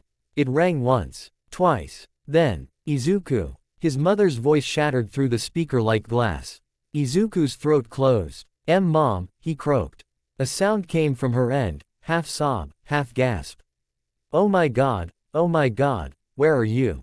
Are you hurt? Did someone take you? Izuku, answer me." Izuku's eyes burned. "I'm okay," he said quickly, voice shaking. "I'm okay. I'm coming home right now. In 19 days you're okay." Inko's voice cracked. "Do you know what you did to me? I thought. I'm sorry," Izuku whispered. He hated saying it, but he meant it. "I'm sorry," he repeated. "Please, I'll explain. Just, please don't cry." Inko sniffed hard, trying to pull herself together. "Where are you?" she demanded. Izuku glanced around, spotting the store name. He told her, "I'm coming to get you," she said immediately. "Do not move. Do you hear me? Do not move." "Yes," Izuku said. "Yes, Mom." He ended the call and leaned his head back against the cold alley wall. His breath came in shaky waves. 19 days. He had vanished for 19 days. And somehow, he was still expected to be a normal kid. Izuku looked down at his branded fist. The dragon mark sat there like a secret that couldn't be explained with words. He flexed his fingers slowly. The warmth inside him answered faintly. And then, a sound echoed from the street. A wet, slithering noise. Izuku's head snapped up. His instincts, sharper now, tuned by Kunlun, felt the shift in the air like a ripple. A man's shout. A woman screaming. Something heavy dragging across pavement. Izuku pushed off the wall immediately, peering out of the alley. And his blood turned cold. A familiar sludge-like mass oozed across the street, wrapping around a flailing man. The sludge villain. Again. Or another like him. But the timing was too perfect to be coincidence. Izuku's heart hammered. 19 days missing. Back in Musudafu. And the first thing he sees. A villain. The world was testing him. Right now. Izuku's branded fist throbbed. He remembered Shenli's voice. "One punch can change a fight. But you do not get infinite punches." Izuku's breath shook. His phone was still in his hand. He could run. He could call a hero. He could. The man's face was turning purple as the sludge crawled over his mouth. Izuku's body moved before fear finished voting. He stepped out into the street. He pulled a slow breath down into his belly. In, hold, out. The ember stirred. His fist began to glow. Faintly. Not enough for a dragon. Not enough for a mountain. But maybe. Enough for one life. Scene 1, 19 days, 19 seconds. The sludge villain moved like hunger given a body. It crawled over the pavement in a widening smear, thick and glistening under neon lights. The man trapped inside it thrashed weakly, hands clawing at nothing. Eyes bulging, face turning a shade that screamed no oxygen. A few pedestrians had frozen in place, phones raised, half filming, half panicking. Someone yelled, "Where are the heroes?" Someone else screamed, "Run!" Izuku Oz he was brave. Because his body had learned a new language, one that didn't ask permission from fear. His feet planted on the edge of the street. His breath went down into his belly. In, hold, out. The ember stirred, faint at first, like a match in wind. He looked at the sludge. Not at the villain's size. Not at its strength. At its structure. The sludge wasn't a solid creature. It was cohesion, mass held together by an internal center, like a whirlpool. There were denser knots where it pulled itself into shape. And inside that mass, the victim's body was pinned in place. Trapped in the densest part of the swirl. If I punch the sludge randomly, I'll just spread it, and crush him. Izuku's mind clicked into analysis mode like flipping a switch. He remembered Master Lao's words, truth without discipline is just noise. He remembered Shen Li's warning, one punch is not salvation. Izuku's fist began to glow, a soft emerald pulse. Pain CK led behind his knuckles like a warning. He had one strike, maybe one. He stepped forward, slow and deliberate, as if the sludge had no right to scare him. The sludge villain noticed him. A wet voice bubbled out of the mass.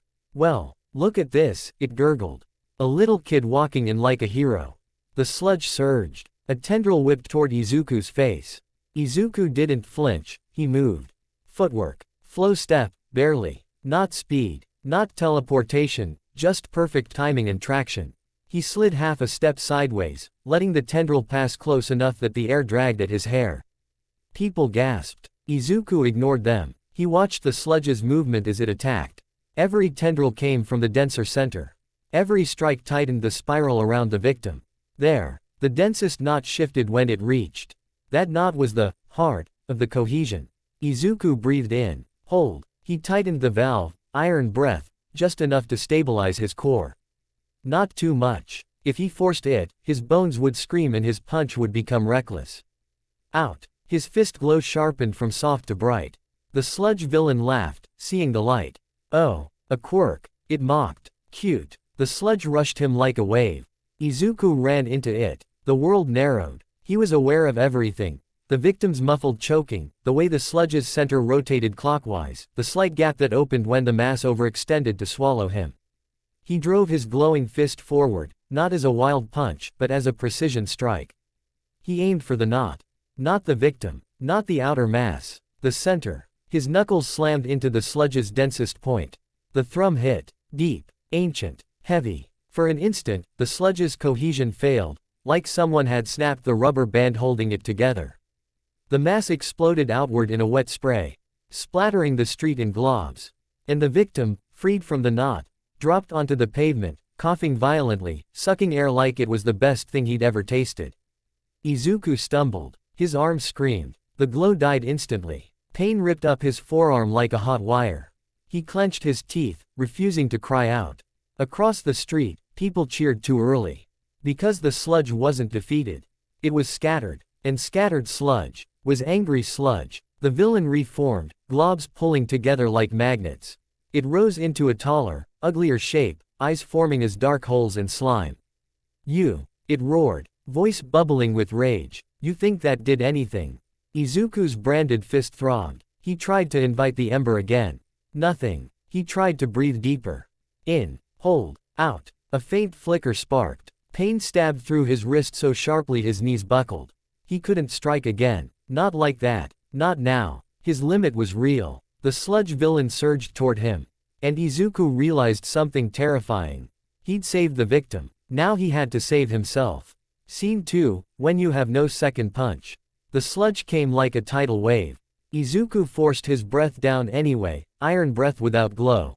Just body integrity. He raised his arms, palms open, ready to redirect. A tendril smashed into his forearm. Pain flared, but the impact didn't snap him back.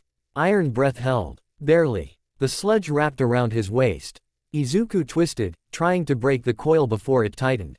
He felt cold slime against his ribs, against his back. His stomach lurched. His mind screamed, "You're going to suffocate." But his breath stayed controlled. In. Hold. Out. Do not negotiate with fear. Command it. He dropped his weight, rooting, then stepped, pivoting his hips hard, using the coil's own momentum to pull the sludge off balance. It wasn't strength. It was leverage. The sludge's grip loosened for a heartbeat. Izuku shoved a palm into the mass and stepped out, sliding free with a spray of wet slime. He landed in a low stance, chest heaving. The sludge villain recoiled, then surged again, furious. Izuku's mind raced. He couldn't punch. He couldn't glow. So he had to fight like Kowloon taught him. Win without the weapon. He scanned the street. Convenience store entrance. Trash bin. A fire extinguisher mounted near the door. Izuku's eyes locked on it. Sludge was cohesion. Cohesion could be disrupted. He ran, not away, but sideways, baiting the villain's lunge. The sludge followed, sweeping across pavement. Izuku slid under a tendril and grabbed the extinguisher, ripping it free so hard the bracket snapped. He didn't aim at the villain's face. He aimed at the densest core again. He pulled the pin, and blasted. White powder erupted like a snowstorm. The sludge mass convulsed, its surface turning chalky. Thickening, losing slick cohesion. The villain shrieked, voice warping. What is this? Izuku didn't stop. He circled, blasting in controlled bursts, keeping distance with footwork. Never overcommitting. The powder didn't defeat the sludge. But it slowed it. It made it heavy. It made it sloppy. And sloppy meant openings. The crowd behind him had gone silent. Phones lowered. They weren't filming anymore. They were watching a quirkless-looking kid control a villain like a seasoned fighter. Izuku's chest heaved. His arm throbbed. His branded fist burned under the skin. He could feel the ember stirring faintly again, but it was weak, like a tired animal. He couldn't rely on it. So he didn't. He relied on breath. He relied on discipline. He relied on will. The sludge villain gathered itself for a final rush, forming a massive hammer-like arm, heavier and denser than before. It swung down toward Izuku's head. Izuku's eyes widened. He couldn't dodge fully. Not in time. So he did the only thing he could. He rooted. He tightened iron breath. And he raised his forearm to block. Impact. Pain exploded through his bones like a bell being struck. Izuku's vision flashed white. He gritted his teeth so hard he tasted blood. But he didn't collapse. The sledgehammer hit again, trying to crush him. And Izuku felt the ember inside his chest flare, not like a punch, but like a stubborn heartbeat refusing to stop. His brand pulsed faint green. Not enough to strike. Enough to endure. Then, a gust of wind slammed into the sludge. A massive force. A presence. The sludge flew off Izuku like it had been hit by a truck. Izuku staggered, nearly falling. He looked up, and saw a shadow standing between him and the villain. Broad shoulders. A heroic silhouette. So familiar it felt like a childhood memory walking into the street. All Might. Not in his full shining form, Izuku could tell something was different. Smaller. Tighter. Like he was holding himself together with effort. But he was still All Might. Still the symbol. All Might's eyes were locked on the sludge. His voice boomed, even if his body looked strained. That's enough. The sludge villain hissed, recoiling. All Might. It gurgled, half terrified, half furious. This is my. All Might didn't let it finish. He moved with terrifying speed, one massive punch, a wind blast that smashed sludgy and pinned it like a flattened wave. The villain shrieked, trapped. All Might turned his head, just slightly. His gaze landed on Izuku. And for a moment, the world stopped. Because All Might wasn't looking at him like a quirkless kid. He was looking at him like a problem he didn't understand. Like a mystery. Like a flame he hadn't expected to see. Izuku's chest tightened. All Might stepped toward him. And Izuku realized with sudden dread. All Might had seen the emerald glow. Scene 3, that wasn't a quirk. Heroes arrived seconds later, sirens, uniforms, crowd control. But All Might stayed near Izuku, towering over him like a living monument. The police restrained the sludge villain in special canisters, yelling about containment and cleanup. Civilians murmured, stunned, whispering out, that kid, and, green light, and, martial arts, and, was that, some kind of quirk? Izuku's mom's car screeched into view at the end of the street. Izuku Midoriya stumbled out, face pale, eyes wild. Izuku, she cried, running toward him. Izuku's heart clenched. Mom, she grabbed him, crushing him in a hug so tight it hurt. You disappeared, and then I get a call that there's a villain attack near where you said you were. Her voice broke. Do you want me to die? I'm sorry, Izuku whispered, eyes burning.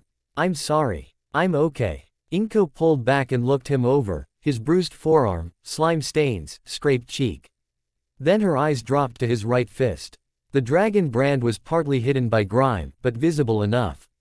Inko froze. Izuku, she whispered. What is that? Izuku's mouth went dry. He couldn't explain. He couldn't say I fell through a gate to a hidden mountain city and fought a dragon. So he did the only honest thing he could. I'll tell you, he said, voice shaking. I promise. Just, not here. Inko's eyes filled again, but she nodded, trembling. Behind her, All Might cleared his throat. The sound was heavy. Izuku turned. All Might crouched slightly so he wasn't towering as much. But the pressure of him was still huge. All Might's voice lowered, private. Young man, he said, what you did today. Izuku swallowed. Was not normal. Izuku's stomach twisted. I'm sorry, I didn't mean to, someone was dying. All Might's eyes softened. You saved him. That is not something to apologize for. Izuku's throat tightened. All Might's gaze sharpened again. But I need to ask you something, he said. And I need you to be truthful. Izuku nodded quickly. All Might's eyes flicked to Izuku's fist. That glow, All Might said quietly. That power. That was not a quirk, was it?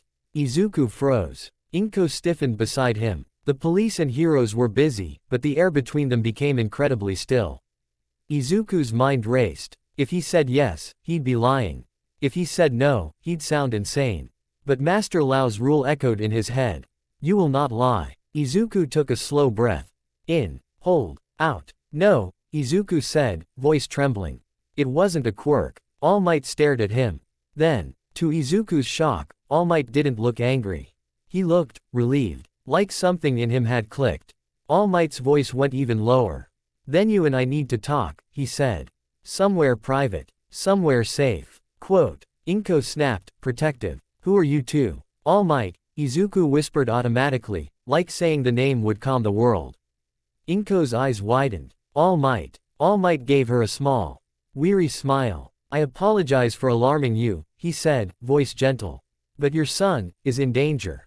Izuku's breath caught. Danger. He echoed. All Might's gaze hardened, just slightly.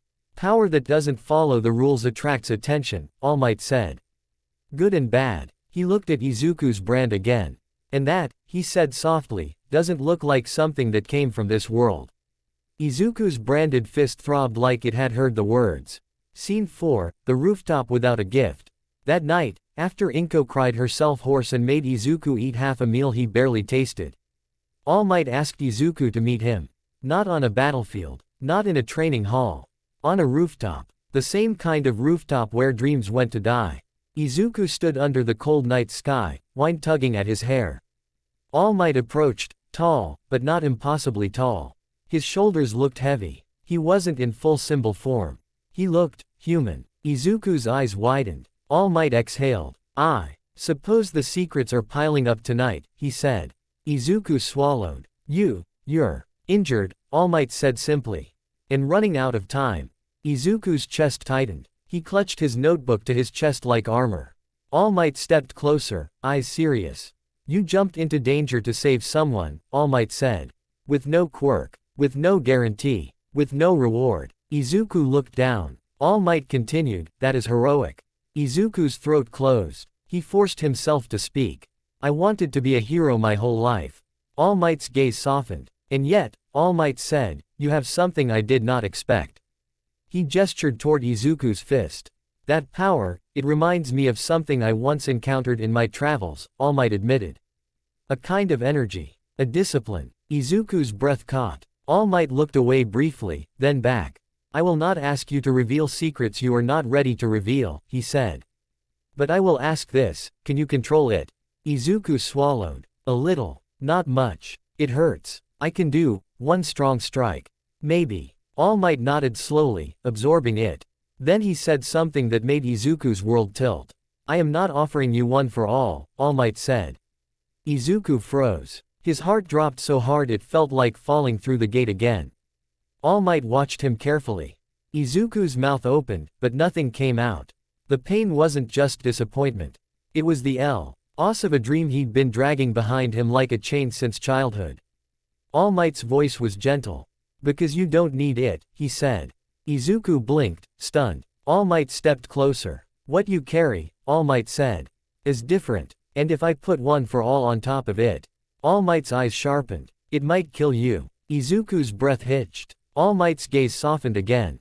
But I can still help you, he said. I can still train you. Guide you. Teach you how to be a hero in this world. Izuku's hands trembled. All Might wasn't giving him the symbol. He was giving him something else. Respect. A path. All Might looked at him seriously. You want to enter UA, don't you? Izuku's throat tightened. Yes, he whispered. All Might nodded. Then you will need to do two things, All Might said. First, keep your secret safe. Because villains will want what they cannot steal. Izuku swallowed. And second, All Might continued, eyes intense, you will need to prove to UA that heroism isn't just a quirk. Izuku's branded fist pulsed faintly under his sleeve. Izuku took a slow breath. In, hold, out. I'll do it, he said. All Might's smile was small. But real. Good, All Might said. Because your first real test. He glanced toward the city lights. Is not fighting villains. Izuku blinked. Then what is it? All Might's voice dropped. Convincing the world that a Quirkle SS boy with a dragon mark belongs among heroes. Izuku's heart hammered. He looked down at his notebook. At the sketches. At the notes. At the vow. And for the first time, he didn't write if I can't be strong, I'll be prepared. He wrote something new. If I'm different, I'll be undeniable. Scene 1, 1 month to become undeniable. Izuku trained in 2 worlds at once. In Musudafu, training meant Earl. Why mornings before school and late nights after his mother fell asleep living room. Breathwork on the balcony, footwork patterns traced between furniture like he was dancing around invisible enemies. In Kowloon, training had been brutal honesty. So Izuku tried to bring that honesty home. He taped a thin line of masking tape across the floor and practiced balance walking it, eyes forward, breath steady. He did wall sits until his legs shook, then held longer until the shaking turned into control. He punched a pillow over and over, not for strength, but for precision. Because one iron fist strike wasn't something he could waste. It wasn't something he could spam. It was a decision. All Might helped too. Not by blasting him with heroic speeches. By showing up. By correcting small things. Shoulders rise when you think about failing, All Might pointed out once, leaning casually against Izuku's balcony railing. Izuku froze mid-breath. They do. All Might nodded. You carry fear like a backpack. Set it down. Izuku tried. It wasn't easy. Sometimes All Might made him run stairs while controlling breath timing. Sometimes he made him practice rescue drills, lifting, dragging, stability. Zing, because hero work wasn't just punches. It was people. And always, All Might had the same rule. No flashy demonstrations. Because the moment the world realized Izuku's power didn't behave like a quirk, the wrong eyes would start tracking him. Izuku wore gloves more often now. Not because he was ashamed of the brand. Because it was a lighthouse. And lighthouses attracted ships. And storms. Hiua entrance exam sat on his calendar like a mountain. Every day, Izuku woke up with a knot in his stomach. Not from fear of failure. From fear of being rejected for existing. He was quirkless. He couldn't prove his quirk on paper. He couldn't explain Kai without sounding insane. But he had discipline. He had breath. He had one punch. And he had a vow.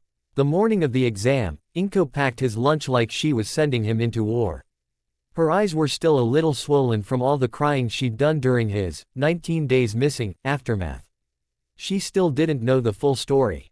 Izuku wouldn't bring himself to tell her everything yet. But she knew one thing. Something had changed her son. He stood straighter now, not like a confident kid. Like someone who had been broken and rebuilt. Inko hugged him hard at the door. "Be safe," she whispered. Izuku hugged back. "I will." She pulled away and looked at his gloves. "Your hand," she started. Izuku swallowed. "After the exam," he promised. "I'll tell you more." Inko nodded, trusting him even though she didn't understand. Izuku stepped outside. He breathed in cold air. In, hold, out, and walked toward UA. Scene 2, The Gate of Heroes. UA wasn't just a school. It was a message carved into the skyline. Power belongs here. The gates were massive, the campus beyond them sprawling like a fortress built to train demigods. Crowds of applicants filled the entrance area, kids with quirks flashing unintentionally, nervous energy sparking off them like static. Izuku's old self would have shrunk. Would have felt like a mistake walking into the wrong room. But Kunlun had beaten shrinking out of him. He breathed slow. He stepped forward. A few kids glanced at him and looked away. Some looked longer, curious. One boy with an engine Ike structure in his calves muttered proudly about speed scores. Another kid's fingers were melting into tiny blades as he flexed. Izuku kept walking. He wasn't competing with their spectacle. He was competing with the exam. And the exam had rules. A tall boy with glasses, Tenya Iida, was already lecturing people at the gate about manners and proper waiting procedure. Izuku recognized him from middle school rumor networks, serious, righteous, top student. Iida's gaze snapped to Izuku for a moment, then moved on. Not hostile, just assessing. Inside the main hall, Present Mike's voice exploded through speakers like a party grenade. HEEEY, applicants. Welcome to your future. Izuku flinched, then steadied. The written test came first. Izuku wasn't worried. His pencil moved like a machine. He'd lived in notebooks his whole life. When it ended, they were ushered toward the practical exam zone. Outside, the fake city arena stretched out like a movie set, tall buildings, streets, intersections. Robots stood in the distance like steel monsters waiting to be hunted. Izuku's palms got sweaty. He pulled his gloves tighter. Present Mike shouted from above, "Remember. Points for taking down robots. 0 pointers are just obstacles. Ready." A countdown began. Izuku's breath slowed. He repeated Kunlun's anchor words silently. Root, breath, truth. I can't win like them, he reminded himself. I win by being smart. I win by being clean. I win by not wasting the one thing I can't replace. The buzzer screamed. The gates opened, and the swarm of quirked applicants charged forward like a flood. Izuku didn't. Not immediately. He watched. He listened. He felt the rhythm of the arena. Where will they cluster? Which streets will become bottlenecks? Which robots will be left behind because they're not flashy enough? He chose a side route. And ran. Scene 3, Points without explosion. Izuku's first robot was a 1-pointer. Small. Fast. Perfect. Other applicants ignored it, chasing bigger targets. Izuku didn't. He slid into range with footwork, flow step, subtle, and drove a palm strike into the robot's knee joint. Metal buckled. The robot stumbled. Izuku swept its other leg, dropping it. And he stomped down on the neck coupling with his heel. The head popped off. Points registered. Izuku didn't celebrate. He moved. Second robot, 2-pointer. He didn't punch it. He redirected it into AW. All by hooking its arm and pivoting his hips, using its own momentum. It crashed. Izuku stomped the exposed power node. Points. Third robot, 3-pointer. Bigger. Harder. Izuku's muscles tensed. His branded fist throbbed faintly under the glove. He could end it with one iron fist strike. But that would be stupid. Not yet. He breathed. In. Hold. Out. He circled, forcing the robot to turn. Robots turned slower than humans. He stepped inside its reach and hammered a series of precise strikes into its elbow joints and ankle hydraulics, non-glowing, pure technique. It staggered. Izuku grabbed a Ken pipe from rubble and jammed it into the robot's hip actuator. The robot froze. Izuku stomped the chest plate. It collapsed. Points. His lungs burned. His arms ached. But he was moving through the exam like water through cracks, quietly gaining where others were too loud to notice. Then he heard the explosion. Not Bakugo's, different. A big blast echoed from somewhere deeper in the arena. Applicants screamed. Metal crashed. Izuku's head snapped up, and the ground shook. Present Mike's voice boomed overhead, suddenly excited. Ooh, here it comes. The zero-pointer. Izuku's blood turned cold. He'd studied this. The giant robot wasn't meant to be beaten. It was meant to scare you into moving. And then rescue points, unofficial points, would, mysteriously, matter. Izuku ran toward the noise.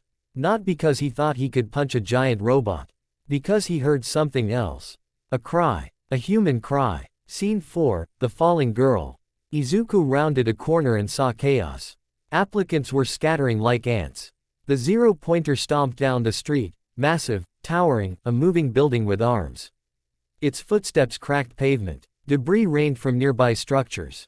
And there, near a collapsed beam, was a girl. Brown hair, wide eyes, pinned, her leg trapped under concrete. Ochako Uraraka. Izuku recognized her from the entrance hall, nervous, polite, trying to smile. Now she was stuck, and the zero-pointer's shadow was sliding toward her like a coffin lid. Izuku's heart slammed. His body moved before his brain finished the argument. He sprinted toward her. Ochako. He shouted before he even realized he knew her name. Don't. She cried. Yule. The zero-pointer's foot rose. A crushing shadow. Izuku grabbed the beam pinning her leg and tried to lift. It didn't budge. His arms shook. His breath stuttered. His mind screamed, "You need the Iron Fist." But Shen Li's warning echoed. One punch can change a fight. But you do not get infinite punches. If he used it here and his arm shattered, he might not be able to pull her out anyway. And then both of them would die. Izuku forced a breath down. In. Hold. Out. He didn't need a punch. He needed leverage. He scanned quickly. A broken metal rod. A chunk of pipe. A wedge point. He jammed the pipe under the beam like a lever, planted his foot, and pushed down with his whole body, using hips and legs. The beam lifted, barely. Move your leg, Izuku shouted. Ochako yanked, crying out in pain, but her leg slid free. The zero-pointer's foot slammed down, right where her leg had been. The impact blasted dust into the air. Izuku grabbed her wrist and ran, dragging her with him. Both coughing, they turned a corner, and the building beside them collapsed. A slab of concrete fell toward Ochako's head. Izuku saw it and his mind emptied. There was no time for clever. No time for levers. No time for anything except one truth. Protect. Izuku tightened iron breath. He invited the ember. His fist flared emerald beneath his glove, hot and alive. Pain screamed in anticipation. He punched upward. The thrum hit. The concrete slab shattered into a spray of smaller chunks that rained around them like hail instead of crushing them like a guillotine. Izuku's glow died instantly. His arm exploded with pain. He staggered, biting down on a scream. Ochako stared at him, eyes huge. What was that?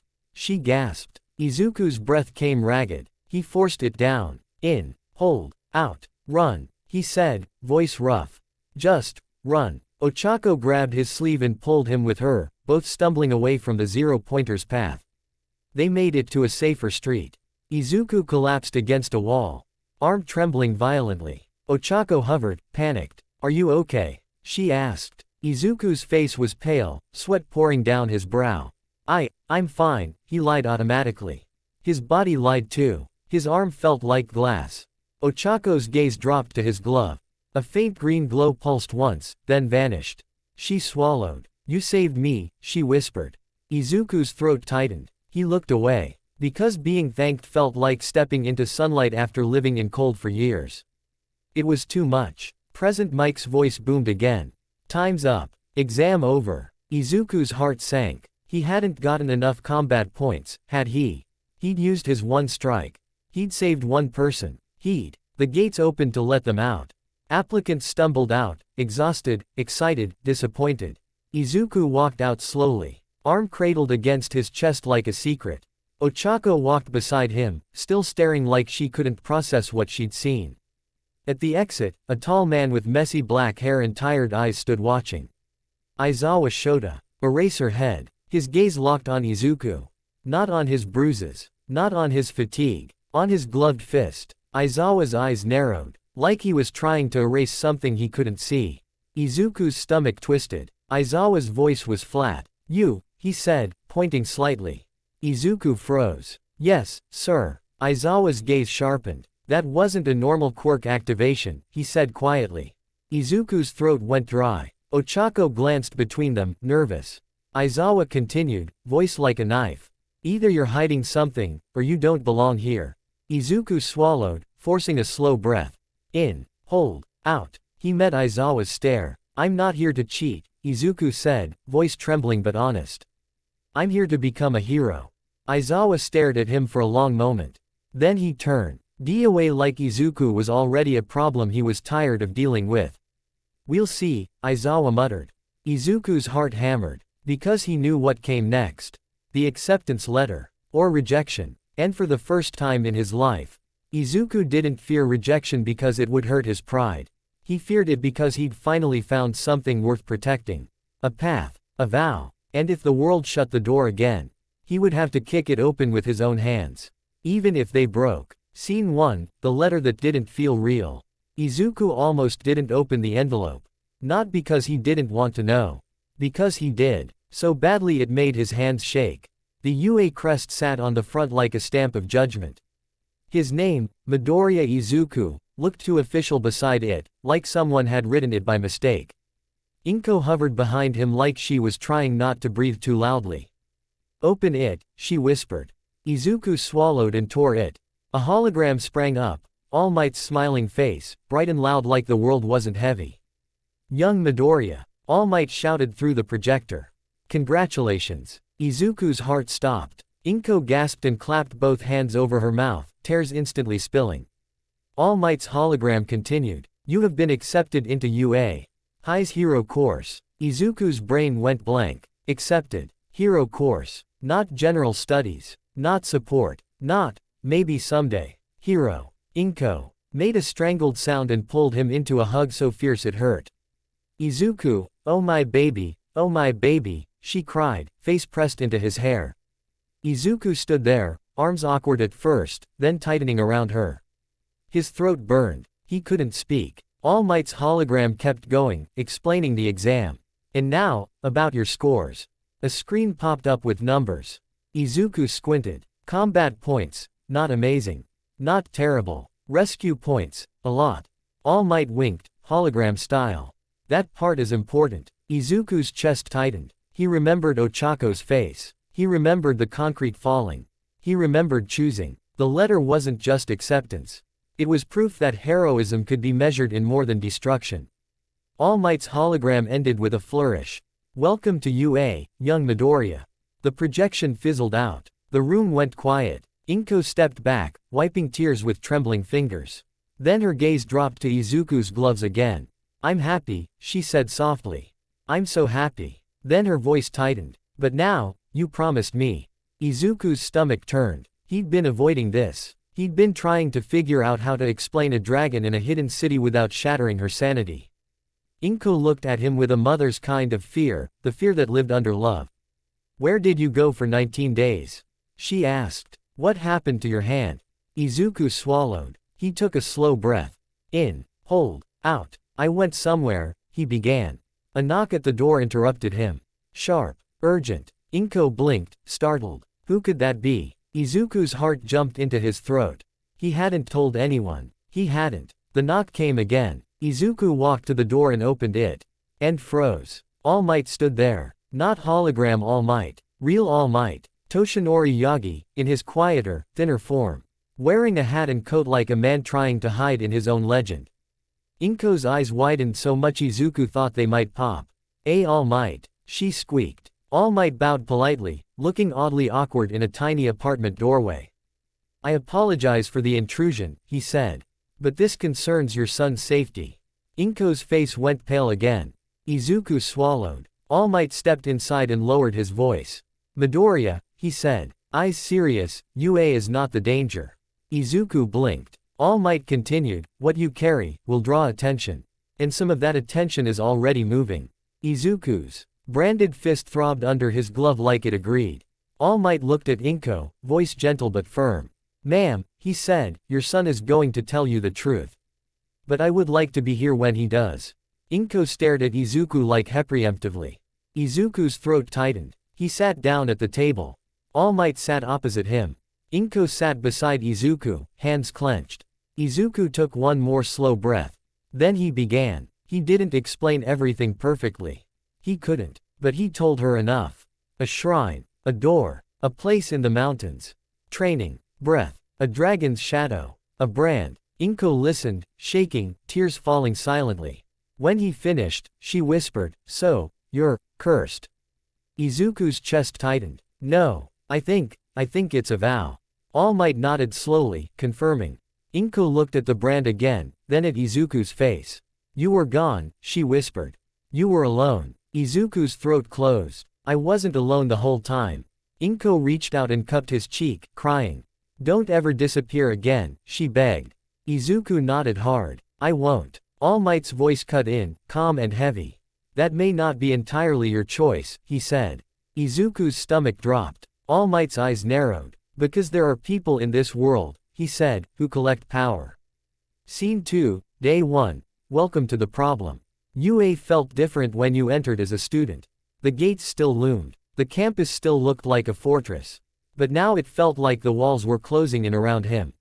Izuku wore his uniform, gloves tucked into his pocket. The brand stayed hidden under a long sleeve, because All Might insisted. Keep it covered. All Might had warned. Not out of shame, out of strategy. Izuku had nodded, even though it felt like hiding a piece of himself. He walked into Class 1A and stopped dead. Because the room was full of monsters. Not villains. Future heroes. A boy with half white hair and half red hair sat calmly by the window like a glacier. A girl with earphone jacks smiled brightly. A tall girl with a ponytail looked like she could punch through concrete without trying. And then, Bakugo. Katsuki Bakugo sat in one of the seats like he owned the desk. His gaze snapped to Izuku instantly. For one heartbeat, Bakugo's face looked shocked. Then it twisted into fury. You, Bakugo hissed. Izuku's chest tightened automatically. Old fear tried to crawl up his throat. He forced it down. Breath. In. Hold. Out. He walked to his seat without shrinking. Bakugo's glare followed him like a knife. Oh my god, a pink-skinned girl whispered loudly, Mina Ishido, you know him. Bakugo slammed his hand on the desk. Shut up. Izuku sat down. His hands trembled under the desk. He hated that. He didn't want to tremble. Ren would have mocked him. Shenli would have tapped his sternum and told him to breathe. Izuku breathed. The door slid open. Aizawa Shota walked in like he'd been dragged out of a nap he didn't want to end. He didn't smile. He didn't greet them warmly. He dropped his sleeping bag to the floor like a threat. Sit down, he said. Everyone snapped into silence. Aizawa scanned the class, eyes half-lidded but sharp. I'm Aizawa Shota, he said. Your homeroom teacher. He paused, then added flatly. You all look like you're here to play hero. Silence. Aizawa's gaze moved, slowly, until it landed on Izuku. Izuku's stomach sank. Aizawa's eyes narrowed. And some of you, he said. Voice like a blade sliding out of a sheath, look like you're here to lie. Izuku's pulse spiked. Bakugo smirked like he'd been waiting for this moment. Aizawa held up a printed sheet. We're skipping introductions, he said. We're going outside. Uniforms on. In 5 minutes. The class erupted in murmurs. Outside. Someone whispered. First day. Another said. Izuku's chest tightened. He knew this test. He'd studied UA for years. The quirk apprehension test. The logical test Aizawa used to crush false expectations. He wanted to see who belonged. Izuku's hands clenched. Because Izuku didn't fit the system. He never had. Scene 3, Quirk apprehension, the erasure wall. On the field, the class lined up. Aizawa stood in front of them holding a softball like it was a weapon. Your quirks are on record, he said. But I don't care about paper. I care about performance. His gaze swept the group. Last place gets expelled, Aizawa said casually. The class exploded. Expelled. Kaminari yelped. On the first day, Uraraka squeaked. Aizawa's eyes stayed dead calm. UA is not a daycare, he said. If you can't handle pressure, leave. Izuku's throat tightened. He'd heard rumors Aizawa expels people. He'd heard. All Might had told him. Aizawa will test you because he can't erase what you are. Izuku's branded fist pulsed faintly under his sleeve, like it hated being talked about as what you are. Aizawa tossed the softball to Bakugo first. Bakugo grinned, palms crackling. He threw it with an explosion-assisted launch. The ball soared, breaking the scoreboard numbers. The class gasped. Bakugo smirked. Aizawa didn't react. He just recorded it. The tests continued. 50-meter dash. Grip strength. Standing long jump. Izuku performed well. Not insane. Not quirk-level insane. But his body was trained. Conditioned. Balanced. He was faster than some quirk users because they relied on gimmicks. He was stronger than some because he'd spent 7 years building muscle the hard way. But when it came time for the softball throw, Izuku's stomach dropped. Because that test was designed for quirks. Raw output. Explosive advantage. Aizawa held the ball out to him. Izuku stepped forward and took it carefully. Aizawa's eyes narrowed. Midoriya, Aizawa said, voice flat. Your file says quirk, unknown. Izuku's throat went dry. Aizawa continued, your exam foot. Age shows, something that doesn't match any registered quirk signature.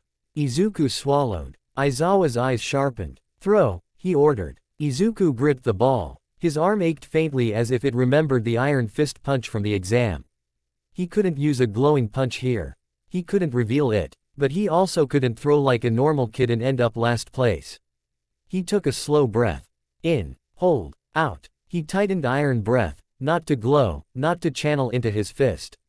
Just to stabilize his core and reinforce his joints for a moment. A small, controlled surge. His muscles locked into alignment. He threw. The ball launched harder than it should have for a quirkless throw, fast, clean, perfect arc. It flew far. Not Bakugo far. Not Todoroki far. But far enough to be undeniable. The class murmured. Bakugo's eyes narrowed. What the hell? Aizawa's eyes narrowed even more. Because he'd been watching for something specific. He'd been watching for activation. For a quirk trigger he could erase. But Izuku didn't activate anything. He just breathed. The ball landed. Aizawa wrote the number down. Then, Aizawa's gaze locked on Izuku like a trap closing. I erased you, Aizawa said.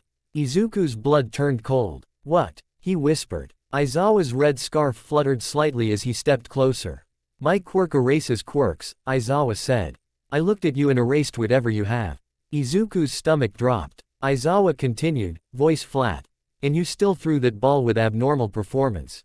The class went silent. Bakugo's grin vanished. Uraraka's eyes widened. Todoroki's gaze sharpened, interested. Aizawa's eyes were dead calm. That means, Aizawa said, either you're lying on your paperwork. He stepped closer. Or your power isn't a quirk. Izuku's chest tightened violently. He forced breath down. In, hold, out. Aizawa's voice dropped. And if it isn't a quirk, he said, then I don't know what the hell it is. Aizawa straightened, turning back toward the class. Finish the tests, he said coldly. Midoriya, stay after. Izuku nodded, throat too tight to answer. The tests continued, but the air felt different. Like the whole class was watching him now. Like his existence in Scene 4, explain yourself. After the field cleared, Izuku stood alone while Aizawa leaned against the fence like he didn't care. But his eyes, sharp, awake, said otherwise. You don't have a quirk, Aizawa said. Izuku swallowed. No, sir. Quote. Aizawa's gaze hardened. Then how? Aizawa asked. Did you break concrete in the entrance exam? Izuku's heart hammered. He couldn't tell Aizawa everything. He couldn't say Konlun, Shou-Lao. The brand, Kai. Not yet. All Might had warned him. Don't hand secrets to the system. Systems leak. So Izuku chose truth without details. He took a slow breath. In, hold, out. It's a discipline, Izuku said carefully. A kind of energy control. Not a quirk. Aizawa's eyes narrowed. That's vague, he said.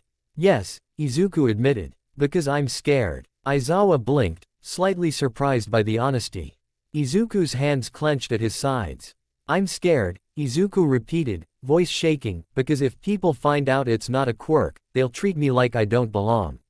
Or like I'm dangerous. Or like I'm something to take. Aizawa stared at him for a long moment. Then he sighed, rubbing his eyes. You're right, Aizawa said.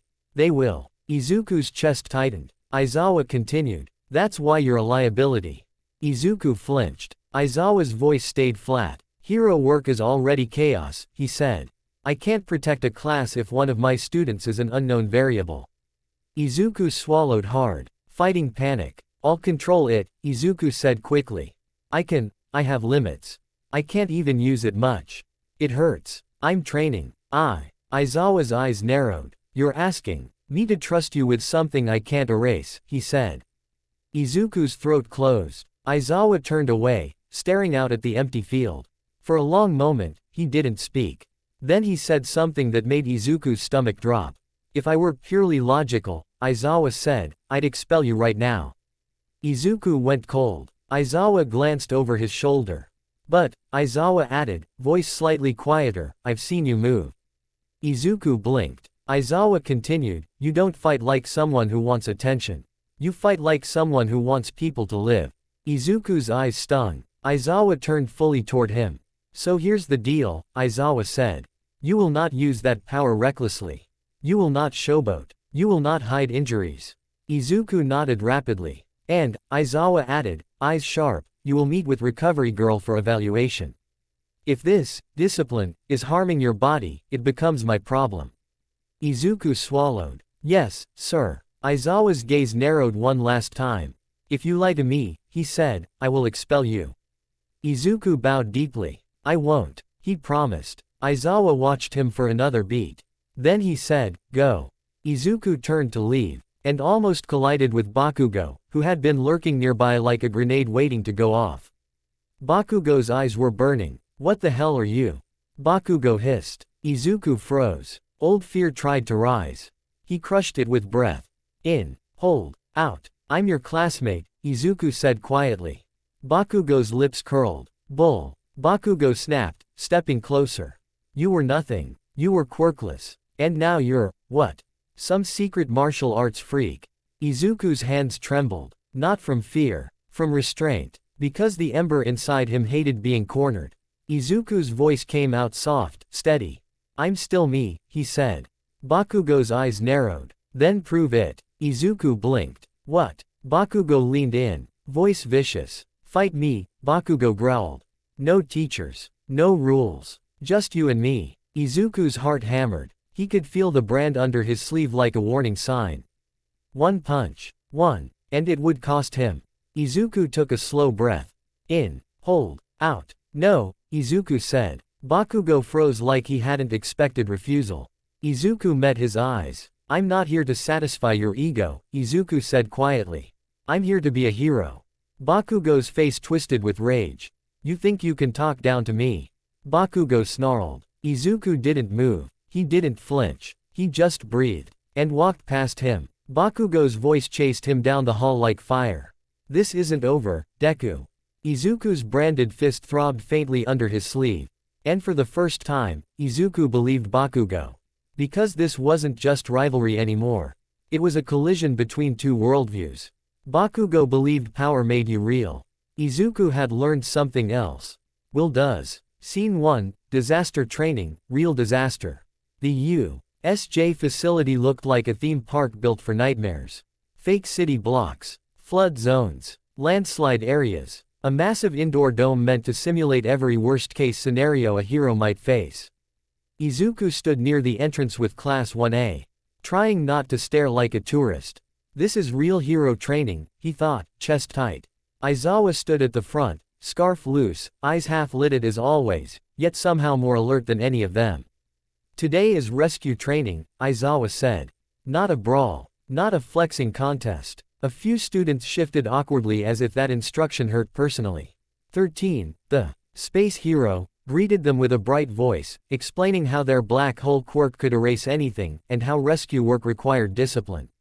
Izuku listened carefully. Because, discipline, was the one word that translated perfectly from Kowloon to UA. Then the lights flickered. Not dramatically. Just enough that Izuku's skin prickled. His breath caught in his throat, automatic. And he caught himself. Breathe. In. Hold. Out. A chill moved through the dome. The air thickened. Like someone had opened a door that didn't belong in this world. A black-purple fog blossomed in the center of the USJ Plaza.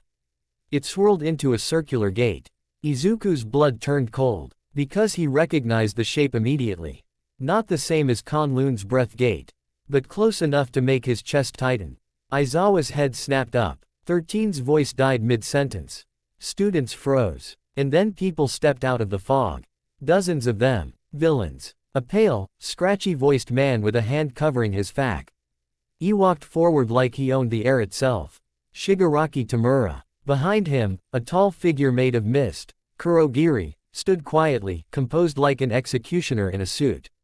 Izuku's heart hammered. This wasn't training. This was war. Aizawa stepped in front of the class, scarf lifting slightly as his body prepared. Stay back, he ordered, voice flat but lethal. This isn't a drill. Shigaraki tilted his head. How many kids, he murmured. Does it take to kill All Might? Izuku's stomach dropped. All Might wasn't here. Aizawa's eyes narrowed, red energy beginning to build. 13 stepped forward, hands raised. Leave immediately. Kurogiri moved first. The fog gate expanded, and the world broke apart. Scene 2, scattered like pieces. The warp pulled Izuku sideways like gravity suddenly changed its mind. For a moment he had no ground, no direction, just cold pressure and a stomach flip sensation like falling through the shrine gate again. Then, water. Izuku slammed into water so cold it punched the breath out of him. He surfaced choking, eyes wide. A flood zone. Broken boats. Floating debris. Concrete structures sticking out like teeth. Nearby, Tsuyu Asui popped up smoothly, blinking water from her eyes. Mineta flailed, screaming, clinging to a piece of debris like it owed him rent. Izuku's mind clicked into place instantly. We got separated. Villains are here. This is the flood zone. Nay, water mobility disadvantage for most of us. A shadow moved under the surface. Tsuyu's eyes sharpened. Villains in the water, ribbit. Mineta squealed, why is this happening on day 1? Izuku swallowed panic and forced it down. In, hold, out. Tsuyu, Izuku said quickly, voice steady, we need height. Get out of top kicking, you'll tip us. Mineta shrieked but obeyed a little. Tsuyu swam with calm efficiency, guiding them toward a partially intact boat. Izuku followed, keeping his breathing controlled even as cold gnawed at his limbs. Then villains surfaced around them, several, wearing crude gear, grinning like sharks. One laughed. Kids. Really? Izuku's branded fist throbbed faintly under his sleeve like it didn't like the smell of bloodlust. He ignored it. He couldn't waste Kai here. Not in water. Not with unknown numbers. He needed to win with control. A villain lunged at Tsuyu with a knife. Izuku moved. Not fast like Iida. Not explosive like Bakugo. Just correct. He kicked off the boat edge, pivoted in the air, and slammed a palm strike into the villain's wrist. The knife flew. Izuku grabbed the villain's elbow and used the water's resistance to twist him off balance, MPing him back into the flood with a splash. Tsuyu blinked at him. Midoriya, you're good at this. Izuku didn't smile. Keep moving. Another villain tried to climb onto the boat. Mineta panicked and threw sticky balls, pop off, which glued the villain's hands to the boat edge. The villain screamed. Izuku immediately stepped in and drove a heel into the villain's shoulder joint, not breaking it, forcing dislocation pain and compliance. The villain dropped back into the water, stuck and thrashing. More came. Too many. Izuku's chest tightened. He needed a bigger advantage. He scanned the envy. Ronmint, floating fuel canister near a wrecked boat engine. If I puncture that, no, fire risk. Bad. A heavy anchor chain hung off a broken dock support. If Tsuyu pulls that, we can swing it like a barrier. Izuku pointed. Tsuyu, chain. Use it like a wall. Tsuyu didn't question him. She grabbed it with her tongue and yanked, swinging the chain outward. The chain swept through the water like a steel whip, knocking two villains back with a hard splash. Mineta stared. Bro, you're like a team captain.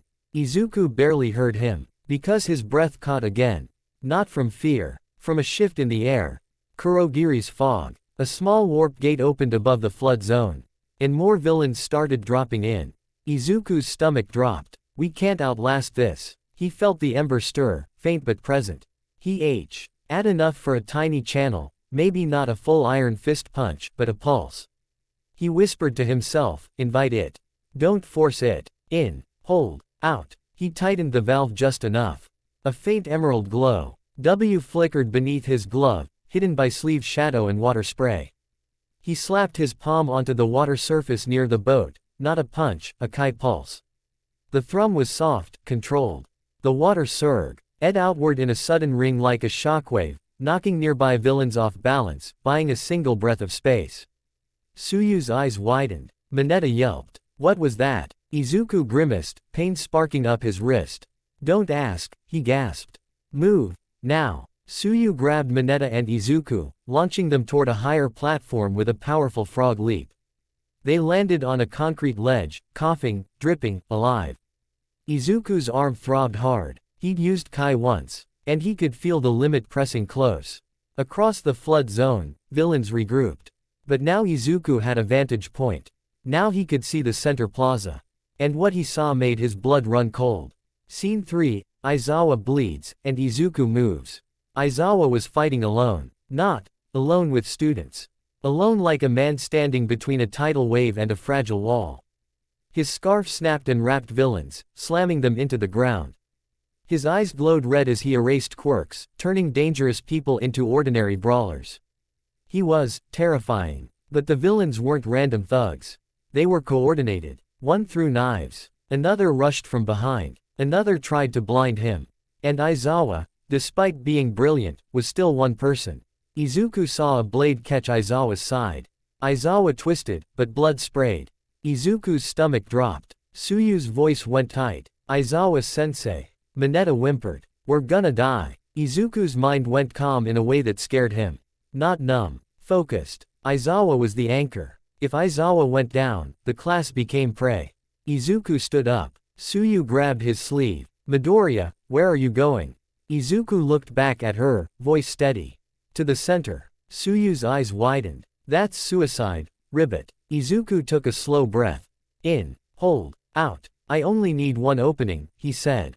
Just cover me if you can. Then he ran. Not across water, along ledges and platforms, using footwork and balance like Kunlun had carved into his bones. He dropped from a ledge, rolled, came up running. Villains noticed him. One lunged. Izuku sidestepped, used the villain's momentum, and flipped him hard into a wall. Another reached for him. Izuku didn't punch. He struck pressure points and joints, wrist, elbow, knee, breaking movement, not bodies. He moved like a rumor. And then he reached the plaza edge. Aizawa was on one knee, scarf still moving, but slower. Blood dripped from his side. A villain raised a pipe overhead to smash Aizawa's skull. Izuku's breath sharpened. He had a choice. Use a normal strike and maybe be too late. Or use Kai and risk exposing himself. Aizawa didn't have time. Izuku tightened iron breath, invited the ember. His fist flashed emerald under his sleeve. Pain screamed. He drove a single controlled iron fist strike into the pipe, not the villain's head. The pipe shattered like brittle glass. The villain stumbled back, shocked. The glow died instantly. Izuku's arm felt like it had been struck by lightning. He staggered, but he stayed standing. Aizawa's eyes snapped to him. For one heartbeat, Aizawa's expression changed. Not surprise. Recognition. That power again. But Aizawa didn't have time to lecture. He forced himself up, scarf snapping out to bind two villains at once. Midoriya, Aizawa hissed, voice tight, leave. Now. Izuku's breath came ragged, but he forced it down. In, hold, out. I'm not leaving you, Izuku said. Aizawa's eyes narrowed. That's not bravery. That's stupidity. Izuku's voice went quiet, stubborn. Then I'll be stupid. Aizawa looked like he wanted to scream. Instead, he snapped, fine. Then follow orders. Get the students out. Find an exit. Izuku nodded immediately. Then the air behind them chilled. Kurogiri's fog rolled forward like a living curtain. And Shigaraki stepped through. Scene 4, decay meets a different rhythm. Shigaraki moved like rot with legs. His hand, fingers twitching, lifted toward Aizawa like a promise of death. Aizawa's eyes glowed red harder. Shigaraki paused, annoyed. TCH, Shigaraki muttered. Erasure. Hate that. Then Shigaraki's gaze slid to Izuku. And something in his expression sharpened. Not recognition. Interest. Like a collector spotting an unlabeled artifact. You, Shigaraki rasped. You're the kid from the footage. Izuku's blood went cold. UA entrance exam, they watched. Shigaraki tilted his head, hand still covering his face. That wasn't a quirk, he said softly, like tasting the words. Was it? Aizawa's body tensed. Don't answer. Aizawa snapped. Izuku didn't. He breathed. In. Hold. Out. Shigaraki stepped forward. Let's find out, he whispered. He lunged. Fast. His fingers reached for Izuku's shoulder. Izuku moved, flow step, sliding just out of reach. Shigaraki's fingertips grazed Izuku's sleeve. The fabric crumbled instantly into dust. Izuku's eyes widened. Decay. One touch and he was dead. His heart pounded, but his breath stayed controlled. Shigaraki attacked again. Izuku didn't fight like a boxer. He fought like a person avoiding poison. Angles, distance, timing. Aizawa's scarf snapped, ped toward Shigaraki, trying to bind him, but Kurogiri's fog split and swallowed the scarf like a mouth, redirecting it. Aizawa cursed under his breath. Shigarward again. Izuku twisted, but he felt a fingertip graze his wrist. Pain flared, then nothing decayed. Because his glove took it. The glove turned to dust. Izuku yanked his hand back, eyes wide. One mistake and I'm gone. Shigaraki stared at Izuku's intact skin. Then he smiled. A small, ugly smile. Interesting, he murmured. You move like someone trained. But you're not a hero yet. Izuku's voice came out steady, even as terror scraped at him. I will be. Shigaraki's laughter was dry. Not if you die today. He lunged again. Izuku's arm screamed. Kai was dead, limit reached. He couldn't punch, couldn't pulse. He had to survive with body and breath alone. Shigaraki's fingers swiped. Izuku ducked, and his foot caught on rubble. For one fatal heartbeat, he stumbled. Shigaraki's hand reached for his face. Izuku's mind went empty. Then, a shadow slammed into Shigaraki from the side. Aizawa. Aizawa took the hit like a man throwing his body into a bullet's path. They crashed to the ground. Aizawa grunted, blood staining his shirt. Shigaraki clicked his tongue, irritated. Annoying, he hissed. Aizawa's eyes glowed red, locked on Shigaraki. Run, Aizawa rasped at Izuku. Now. Izuku froze. Aizawa's voice cracked like steel. That's an order. Izuku's chest tightened. He wanted to argue. But Aizawa wasn't asking. He was protecting the class. Izuku swallowed the guilt like poison. He turned and ran. Scene 5, the Nomu and the moment All Might arrives. As Izuku sprinted toward the central stairs, looking for Tsuyu, Mineta, anyone he could pull to safety, he heard the ground shake again.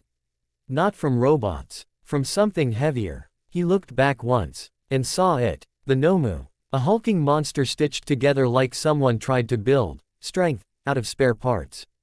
It moved toward the plaza with unnatural speed. It wasn't coming for Izuku. It was coming for Aizawa. Shigaraki's voice carried, almost playful. Nomu, he said, break him. Izuku's stomach dropped. Sensei. He wanted to turn back. To die trying. But then, a roar hit the dome like thunder. A presence filled the air so violently the villains flinched. All Might is here. The words weren't spoken. They were felt. The dome doors blasted open. And All Might arrived like a storm given form. I am here. All Might's voice boomed, shaking the fake city. Villains screamed. Some ran instantly. Shigaraki's posture stiffened with hatred. All Might, he hissed. All Might's eyes swept the battlefield. They landed on Aizawa bleeding on the ground. On the Nomu. On terrified students scattered across zones. Then, briefly, his gaze flicked toward Izuku. Just for a heartbeat. And Izuku saw it. Worry. Not pity. Worry like a man who understood what it meant to carry a secret power in a world built to label everything. All Might moved. He hit the Nomu with a punch that cracked air like a cannon. The fight became a blur of violence and shockwaves. Izuku didn't stand and watch. He did what Aizawa told him. He found students. He guided them. He kept them breathing. He got them behind barriers. Into safer zones. He became what Kunlun had been teaching him all along. Not a weapon. A protector. Scene 6, Aftermath. The villains take note. Hours later, the USJ was a ruin. Ambulances. Police. Teachers moving like grim shadows. Students sat in clusters, shaken and silent. Aizawa lay on a stretcher, wrapped in bandages, eyes half open but still sharp enough to stab. When Izuku approached, Aizawa's gaze locked onto him. Your arm, Aizawa rasped. Izuku flinched. It's fine. Aizawa's eyes narrowed. That's a lie. Izuku swallowed. It wasn't broken, but it hurt like hell. Aizawa's voice lowered. You used that power, Aizawa said. Twice. Izuku's chest tightened. It was necessary. Aizawa stared at him for a long moment. Then, quietly, he said, good. Izuku blinked, shocked. Aizawa looked away, exhausted. But this ends now, he muttered. Recovery girl. Medical evaluation. If that power is eating you from the inside, I need to know. Izuku nodded. Yes, sir. Aizawa's eyes slid back to him. And Midoriya. Izuku leaned in. Aizawa's voice was low and deadly serious. Shigaraki noticed you. Izuku went cold. Aizawa continued, and the missed one, Kurogiri, watched you like you were a target. Quote. Izuku's branded fist throbbed under his torn sleeve. Aizawa's eyes narrowed. Whatever you are, Aizawa said, villains will try to take it. Izuku swallowed, forcing a slow breath. In. Hold. Out. I won't let them, he whispered. Aizawa's mouth twitched, almost approval. Good, he rasped. Because if they can't erase it. He paused, eyes sharp. They'll try to break you until it's theirs. Scene 7, a whisper in the dark. Far from UA, in a quiet room lit by monitors, Kurogiri bowed slightly. Across from him, a voice spoke from the shadows, calm, old, amused. Report. Kurogiri's tone was respectful. The attack failed, he said. All Might arrived. A pause. And the boy? The voice asked. Kurogiri's fog shifted subtly. The boy is unusual, Kurogiri said. Eraserhead's quirk did not affect him. His power does not behave like a quirk. The shadowed voice hummed, interested. Not a quirk, it repeated. Kurogiri continued, Shigaraki wanted him. He called him, from the footage. The boy's energy, it flared briefly. Green. Another pause. Then the voice smiled. Izuku could have felt it if he were there. A light that doesn't belong to this world, the voice murmured. Kurogiri bowed again. What are your orders? The shadowed voice answered softly, almost pleased. Watch him. A beat. And prepare a way to acquire him. Scene 1, being seen is a different kind of fight. The sports festival turned UA into a stadium-sized spotlight. Cameras, drones, reporters, hero agencies sniffing the air like wolves that smelled money and potential. Izuku stood in the locker room with his uniform half on, hands slightly trembling, not from fear of fighting. From fear of being watched. All Might's warning echoed in his head. If the world realizes your power isn't a quirk, the wrong people will start counting your breaths. Aizawa's voice was colder. No showboating. No hidden injuries. No reckless use. Recovery girl's advice had been blunt and terrifying. You're causing micro-trauma in your arm when you channel, she'd said, peering at scans. Not broken yet, but you're flirting with it. If you treat that power like a button, it'll treat your bones like disposable tools. Izuku had swallowed hard. So what do I do? He'd asked. Recovery girl's eyes narrowed. Limit it. 2 serious channels in a day, maximum. And if you feel numbness, you stop. Izuku had nodded. Sick to his stomach. 2. Not per fight. Per day. Now, in the locker room, Bakugo paced like a bomb with legs, radiating heat and irritation. Don't look at me like that, Deku, Bakugo snapped. Izuku blinked. I wasn't. Yes you were, Bakugo snarled. You've been acting like you're hiding something. Izuku's chest tightened. He forced breath down. In. Hold. Out. I'm focusing, Izuku said quietly. Bakugo's lip curled. Yeah, focus on losing. Across the room, Todoroki sat calmly, eyes distant, like he was listening to a war happening far away. Uraraka caught Izuku's gaze and gave him a small, nervous thumbs up. Izuku returned it. Then Present Mike's voice boomed through speakers outside. It's time. Class 1A, let's go. Izuku stepped toward the tunnel. Toward the roar of thousands. Toward a world that loved heroes, and hated anything it couldn't label. He touched the sleeve hiding his brand. Root, breath, truth, and walked into the light. Scene 2, Obstacle Race, win without the punch. The first event was the obstacle race. Izuku stood at the stos of students from every course, hero, general, support. The stadium thundered with cheering. Present Mike shouted, ready, you little legends. Go. The gate opened. The crowd surged. Chaos. Izuku didn't sprint blindly. He watched. The first obstacle. Giant robots, UA's exam models, released onto the course as moving hazards. Most students panicked. Bakugo exploded forward like a missile. Todoroki froze the ground and created instant terrain control. Izuku ran sideways. He hugged the edge of the course, reading the robots' movement pattern. Robots didn't hunt. They followed programmed paths and reacted to collisions. So Izuku used them like moving walls. He slid between a robot's leg and a fallen slab, using flow step timing, not speed. Just precision. A robot stomped where he'd been a second ago. He vaulted onto rubble, then dropped into a narrow gap the bigger quirk users avoided because it was inconvenient. His breath stayed steady. In, hold, out. Second obstacle. The tightrope cliffside path. Kids with flight quirks had advantage, until wind cannons blasted them sideways. Izuku's balance training paid off. He moved like Kunlun had carved lines into his feet. Soft knees, hips stable, spine tall. Someone slipped near him and screamed. Izuku grabbed their wrist automatically, stabilizing them for half a heartbeat before pushing them forward. Go, he snapped. He didn't even register who it was. Rescue instincts didn't care. Third obstacle, the minefield. Most students tried to brute force it. Izuku watched the detonators. There was a rhythm. Pressure plates were set with pattern spacing. He moved with it, step, pause, shift weight, step, like walking through an invisible dance. A mine exploded behind him.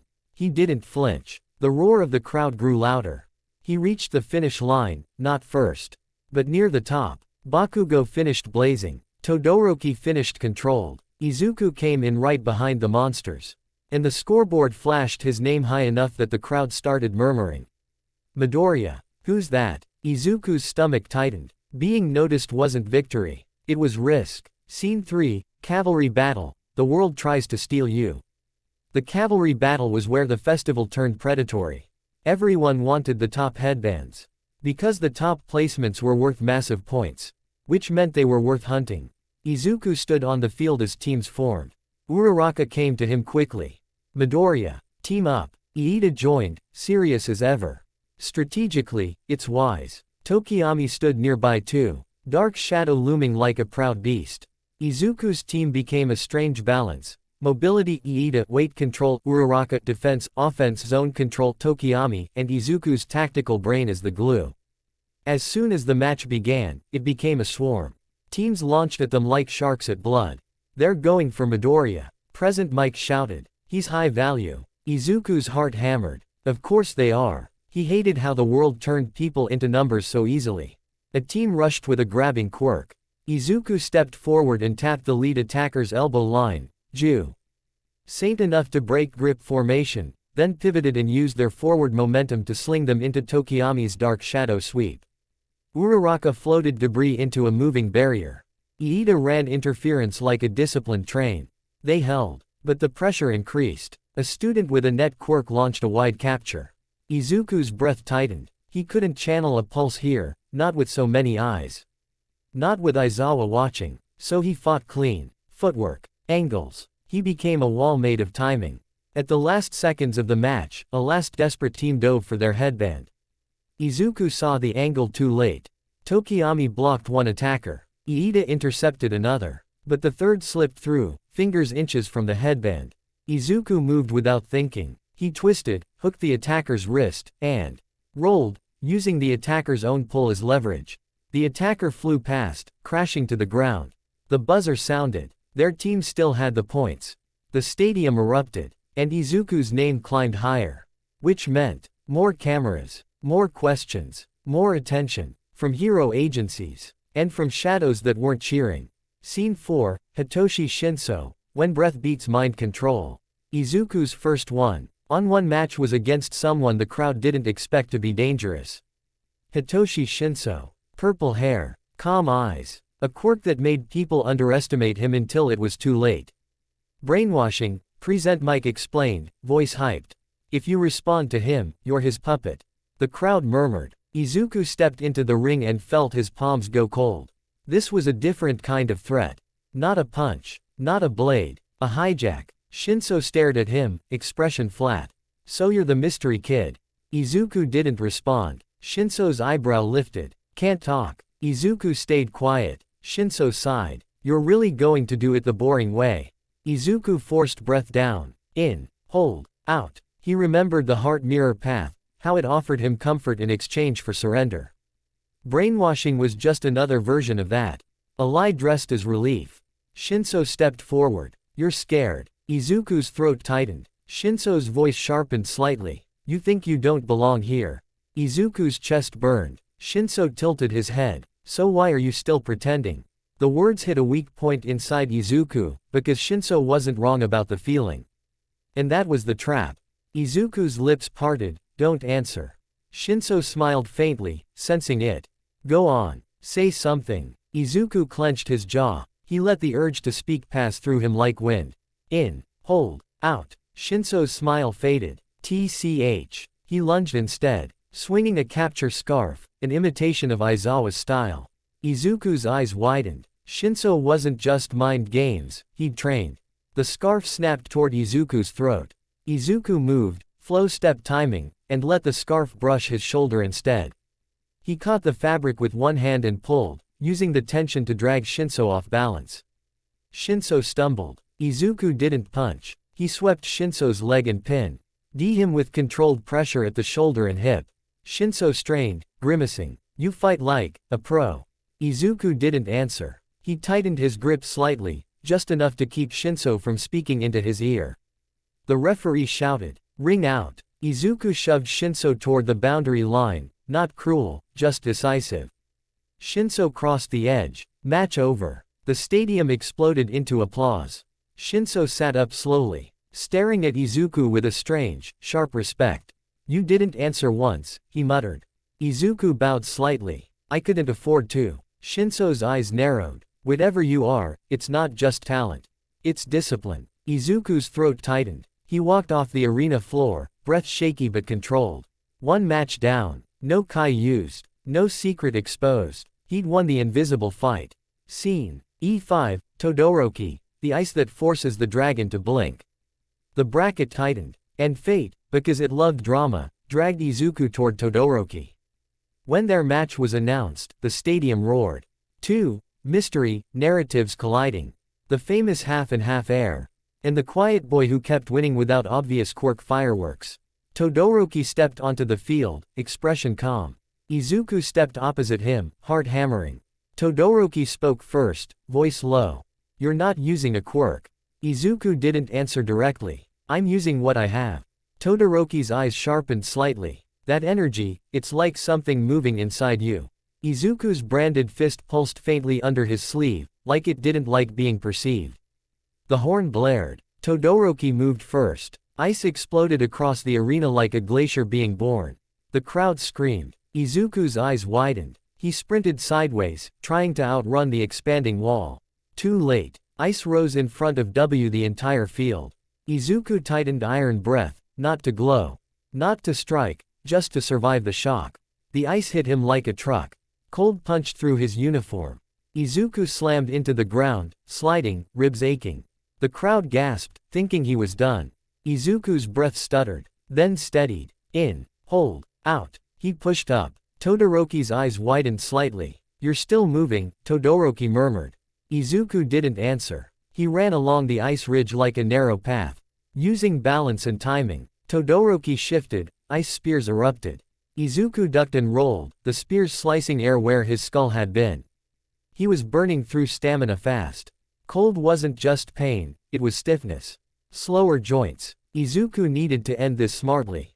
He closed distance. Todoroki's weakness wasn't, not enough power. It was reliance on distance control.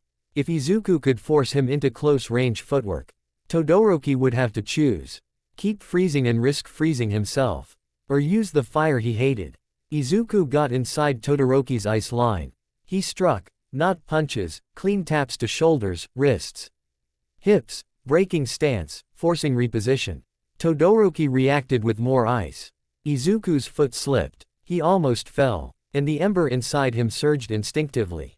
A faint green light licked under his glove. Izuku killed it immediately. Not now. Not in front of the whole country. Not for a win. Todoroki noticed the flicker anyway. His eyes narrowed. "You're holding back," Todoroki said. Izuku's voice came strained. "So are you." Todoroki's jaw tightened. He unleashed a massive wave of ice to push Izuku away and reset the field. Izuku braced with iron breath. His arms shook. Cold gnawed at his bones. His breath got harsher. And that's when Todoroki spoke, voice cutting through the stadium noise. "My father wants me to win using only half of myself." Izuku froze. Todoroki's eyes were sharp, angry, haunted. "I refused to give him that satisfaction." Izuku's chest tightened. He understood that kind of refusal. It tasted like the heart mirror lie. Comfort offered in exchange for surrender. Izuku took a slow breath. In, hold, out. "You're not punishing him," Izuku said quietly. "You're punishing yourself." The words hit like a punch. Todoroki's breath caught. Izuku stepped forward into the cold. "You don't have to use fire for him," Izuku continued. "Use it for you." Todoroki's eyes trembled. For a heartbeat, the whole stadium felt quiet. Then, heat. A flare. Todoroki's left side ignited. Fire roared across the ice, steam exploding upward. The crowd went insane. Izuku's eyes widened, instinctively raising his arm as heat slapped him. The ice beneath their feet cracked under thermal shock. The battlefield changed completely, steam, water, slipping surfaces. Izuku moved. Flow step. Angles. He wasn't stronger than Todoroki. But he was more stable in chaos.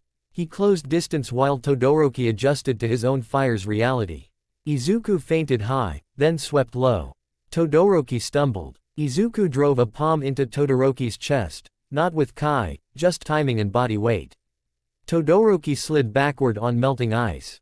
And crossed the boundary line. Silence. Then the referee shouted, "Ring out. Winner, Midoriya Izuku." The stadium erupted. Izuku stood frozen, chest heaving. Todoroki stared at the steam. Then at his own left hand, fire still flickering. He looked, shocked. Not at losing. At himself. He bowed slightly toward Izuku. "Thanks," Todoroki said quietly.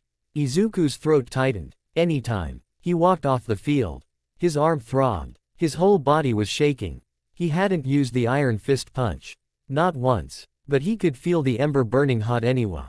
Why? Like the dragon inside him had blinked and decided. "You're learning what the vow really means."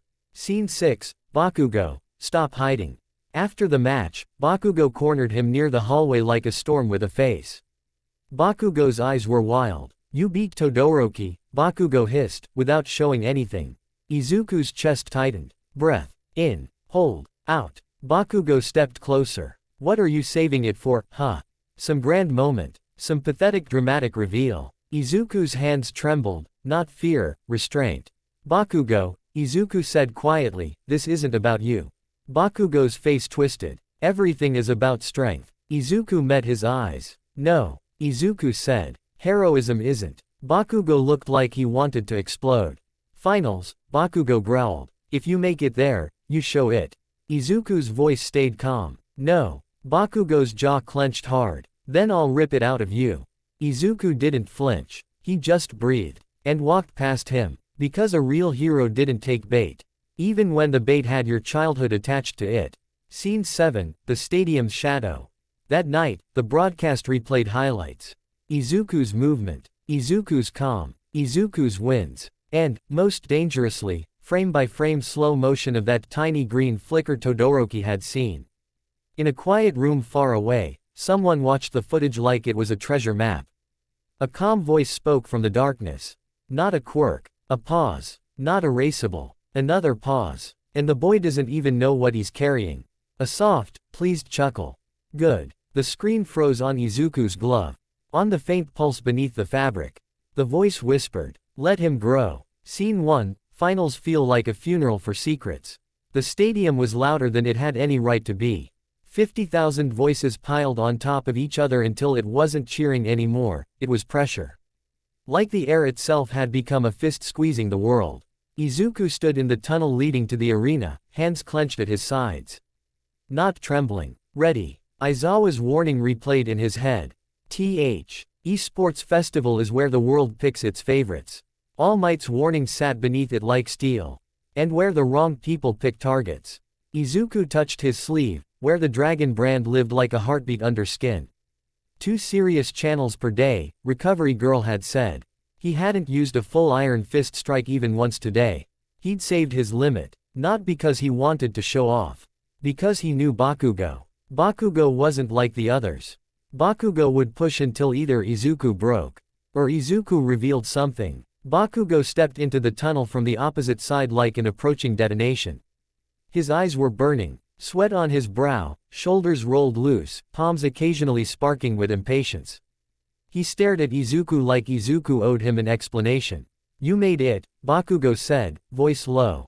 Izuku didn't flinch. "So did you." Bakugo's grin didn't reach his eyes. "Good." He leaned closer, voice a hiss. "Now stop hiding." Izuku took a slow breath. In. Hold. Out. "I'm not hiding," Izuku said quietly. "I'm controlling." Bakugo's smile twisted into something ugly. "We'll see," he muttered. Present Mike's voice blasted through the speakers, announcing them like gladiators. "It's time for the finals. Katsuki Bakugo vs Izuku Midoriya." The roar hit them like a wave. Bakugo walked out first. Izuku followed, and the sunlight of the stadium made his skin feel exposed, even with sleeves on. Scene 2, Explosion vs Discipline. The moment the horn sounded, Bakugo attacked. No warm-up, no posturing, just violence with purpose. He rocketed forward with an explosion burst that shattered the arena floor behind him. Izuku moved, not faster than Bakugo, but earlier. He read the intent in Bakugo's shoulders, not the blast in his palms. Flow step, pivot. Bakugo's first punch slammed into empty air. The explosion still detonated, shockwave ripping past Izuku's cheek. He'd licked his face. His hair fluttered. Bakugo spun, furious, launching a second blast. Izuku slid low, letting the blast pass above him. Then came up inside Bakugo's range. Close range was dangerous. Bakugo's explosions were strongest at contact. But it was also the decontrol angles. Izuku tapped Bakugo's WR. East line, trying to disrupt the palm alignment. Bakugo snarled and yanked back, then drove a knee up. Izuku blocked with his forearm. Impact. Pain. But he held. Iron breath, not glowing, just core stability. Bakugo's eyes narrowed, noticing. "You're doing that weird breathing thing again," Bakugo snapped. Izuku didn't answer. He struck Bakugo's ribs with a palm heel, hard enough to hurt, not enough to injure. Bakugo barely reacted. He exploded backward, then forward again like a comet. Izuku's lungs burned as he kept moving. He wasn't losing. Not yet. But he could feel the difference between them. Bakugo fought like a wildfire, violent. Consuming, relentless. Izuku fought like a river, redirecting, enduring, carving openings. The crowd loved Bakugo's explosions. They couldn't see Izuku's discipline. Not until discipline became dramatic. Bakugo launched a wide blast, forcing Izuku toward the arena edge. Izuku's foot slipped on scorched stone. For one heartbeat, he teetered on the boundary. Bakugo's grin flashed. "There." Bakugo hissed, then he charged, palms glowing with a bigger explosion. Izuku's heart hammered. He had 2 options. 1. Dodge and risk stepping out. 2. 3. Block and risk getting smashed through the line. 4. Either way, he lost. Unless. The ember in his chest stirred. Warm, patient, watching, like a dragon waiting for a decision. Izuku's fist clenched. Emerald light wanted to bloom. Bakugo would see it. The whole stadium would see it. And once they saw it, Izuku wouldn't just be a student. He'd be a phenomenon. A thing the world would want to label. Or own. Or break. Bakugo closed in. Explosion ready to end it. Izuku's breath dropped into his belly. In. Hold. Out. He chose. Not the punch. Not the secret. He chose the vow. Izuku stepped into Bakugo's attack. Not backward. Forward. He slipped inside the blast radius, where Bakugo's explosion was hardest to aim without hurting himself. Then Izuku hooked Bakugo's elbow and pivoted, using Bakugo's forward momentum against him. It was a classic throw. A Kunlun principle: if a mountain falls at you, don't stop it. Step aside and let it collapse where you choose. Bakugo's explosion detonated, but aimed wrong. The blast blew sideways into the arena wall, not into Izuku. Bakugo's balance broke. Izuku drove his shoulder into Bakugo's chest and shoved. Bakugo stumbled back, toward the boundary line. The crowd gasped. Bakugo's eyes widened, furious. Trying to stabilize. Izuku didn't let him. He swept Bakugo's foot. Bakugo fell hard. Izuku followed immediately, pinning him with pressure, hip control, shoulder control, no cruelty. Bakugo thrashed. Explosion sparks flickered. But the angle was wrong. He couldn't detonate freely without blowing himself out too. Bakugo's teeth bared. Get off me. Izuku's voice was low, steady. Then stop trying to kill the fight, Izuku said. Win it. Bakugo's eyes snapped to him, shocked, then furious. Don't talk like you're above me. Bakugo twisted with sheer aggression, forcing space, then exploded upward, knocking Izuku back with a shockwave. Izuku slid across the stone, arms burning from impact. Bakugo rose, panting, shoulders shaking with rage. You think you can beat me without showing what you really are? Bakugo snarled. Izuku got to his feet. His chest rose and fell steadily despite the pain. I'm showing you exactly what I am, Izuku said quietly. Bakugo's eyes narrowed. Then what's with that green light? The stadium seemed to hold its breath. Izuku's throat tightened. He could feel eyes everywhere. Aizawa watching with suspicion. All Might watching with worry. Hero agencies watching with hunger. Villains watching from shadows. Izuku took a slow breath. In. Hold. Out. It's not for you, Izuku said. Bakugo's face twisted. Then what the hell is it for? Izuku's voice was calm. It's for saving people, he said. Bakugo's whole body tensed like a bomb about to detonate. He launched his ultimate move, sweeping explosions that spiraled him upward into the air. Howitzer impact. A swirling vortex of fire and pressure formed around him like a tornado. The crowd screamed. Izuku's eyes widened. That attack could end him. Could blast him out of the arena. Could shatter his ribs. Could. The ember roared in his chest. Emerald heat surged down his arm, begging to be released. Izuku's branded fist throbbed like it was screaming. Now. Bakugo spun in the air, aiming to crash down on Izuku like a meteor. In that single moment, Izuku understood the truth of the Iron Fist. It wasn't a weapon, it was a choice, and choices had consequences. Izuku tightened Iron Breath, and invited the dragon. Scene 3, the punch he didn't throw. Emerald light flared beneath Izuku's sleeve. Not a full blaze. A contained sun, trapped under cloth. The brand burned hot, pain rising like a tide. Izuku could feel the Iron Fist forming. One strike. One decision. He could shatter Bakugo's howitzer impact. He could stop the meteor. He could win. He could become undeniable. In the most dangerous way. Izuku's eyes locked on Bakugo's descending form. And then Izuku saw something else. Not the explosion. Not the crowd. Bakugo's face. Bakugo didn't look victorious. Bakugo looked desperate. Like he needed this win to prove he was real. Like he needed to crush Izuku because Izuku's existence broke his logic. Izuku's breath steadied. In. Hold. Out. He let the emerald heat settle, not into his fist, but into his stance. He didn't throw. He didn't release the punch. He used the channel to reinforce his body, Iron Breath at the edge of full power, just enough to survive and redirect. Bakugo crashed down, explosion roaring like the world ending. Izuku stepped at the last instant, pivoting, shoulder turning, guiding the blast off angle. The shockwave hit him anyway. It slammed into his bones. His ribs screamed. His arm burned like it was being split open. But he stayed standing. He slid backward, shoes carving lines into stone, smoke and dust swirling around him. Bakugo landed hard, panting, staring like he couldn't understand what just happened. Because he'd thrown his biggest attack. And Izuku had not answered with, bigger.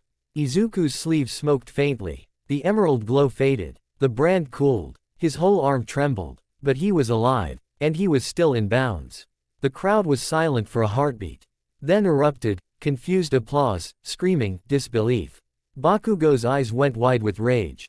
You. He snarled, voice cracking. You could've. Izuku's voice was quiet, rough. Yes, he admitted. Bakugo looked like he might explode again. Aizawa's eyes narrowed sharply from the stands. All Might's hands clenched. Izuku's chest heaved. He was at his limit. His arm was shaking violently. If he used Kai now, he might actually break. Bakugo charge. D again anyway, because Bakugo didn't know how to stop. Izuku didn't run. He stepped forward one last time.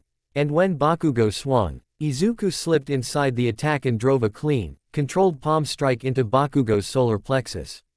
Not Kai. Timing. Weight. Breath. Bakugo's breath exploded out of him.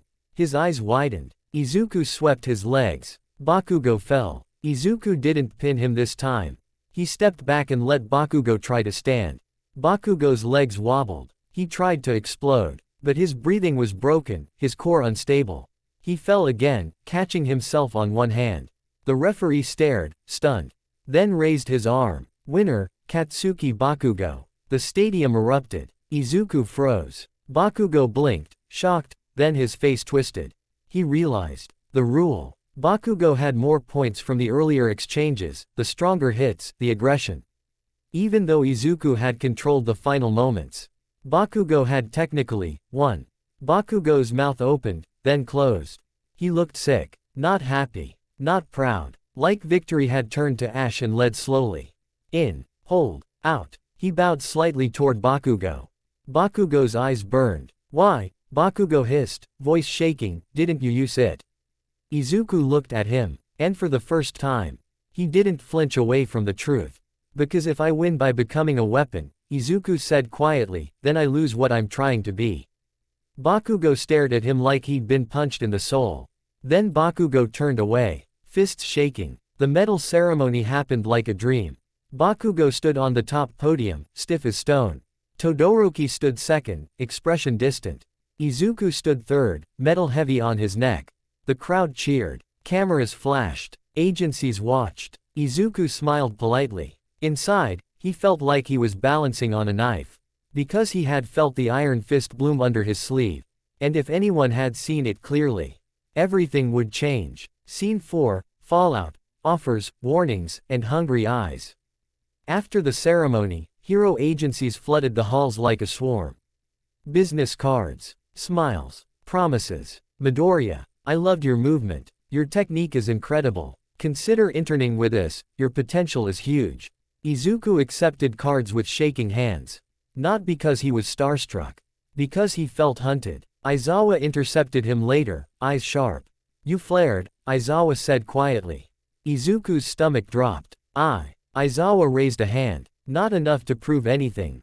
But enough to make me nervous. Izuku swallowed. Aizawa's gaze narrowed. You did the right thing, Aizawa said, voice rougher than usual. You didn't showboat. You didn't break the vow you keep pretending you don't have. Izuku blinked. Aizawa didn't wait for him to respond. UA's security is increasing, Aizawa muttered. Because villains watched that festival too. Izuku's branded fist throbbed faintly.